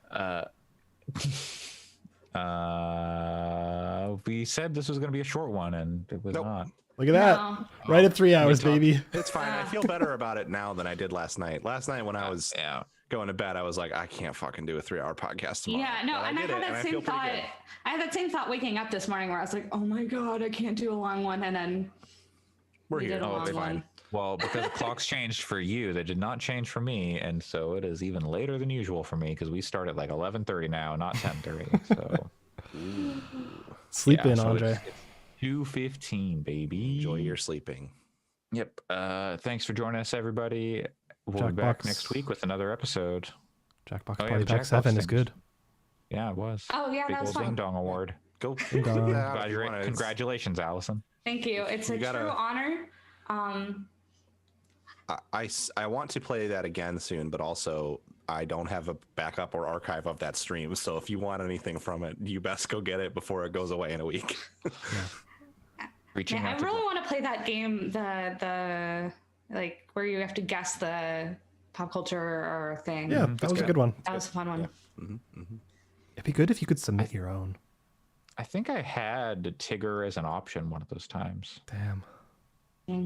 but I did Alright. go with Winnie the Pooh. another Nobody time. got Anyway, Energizer Bunny. Anyways. goodbye, everybody. Goodbye, everybody. See you next time. Bye. Bye.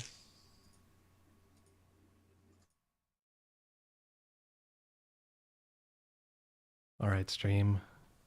Wow, this Mario video is just going nuts, huh? Look at it go. All right. À la prochaine. Je vais te parler soon. Brain isn't going French.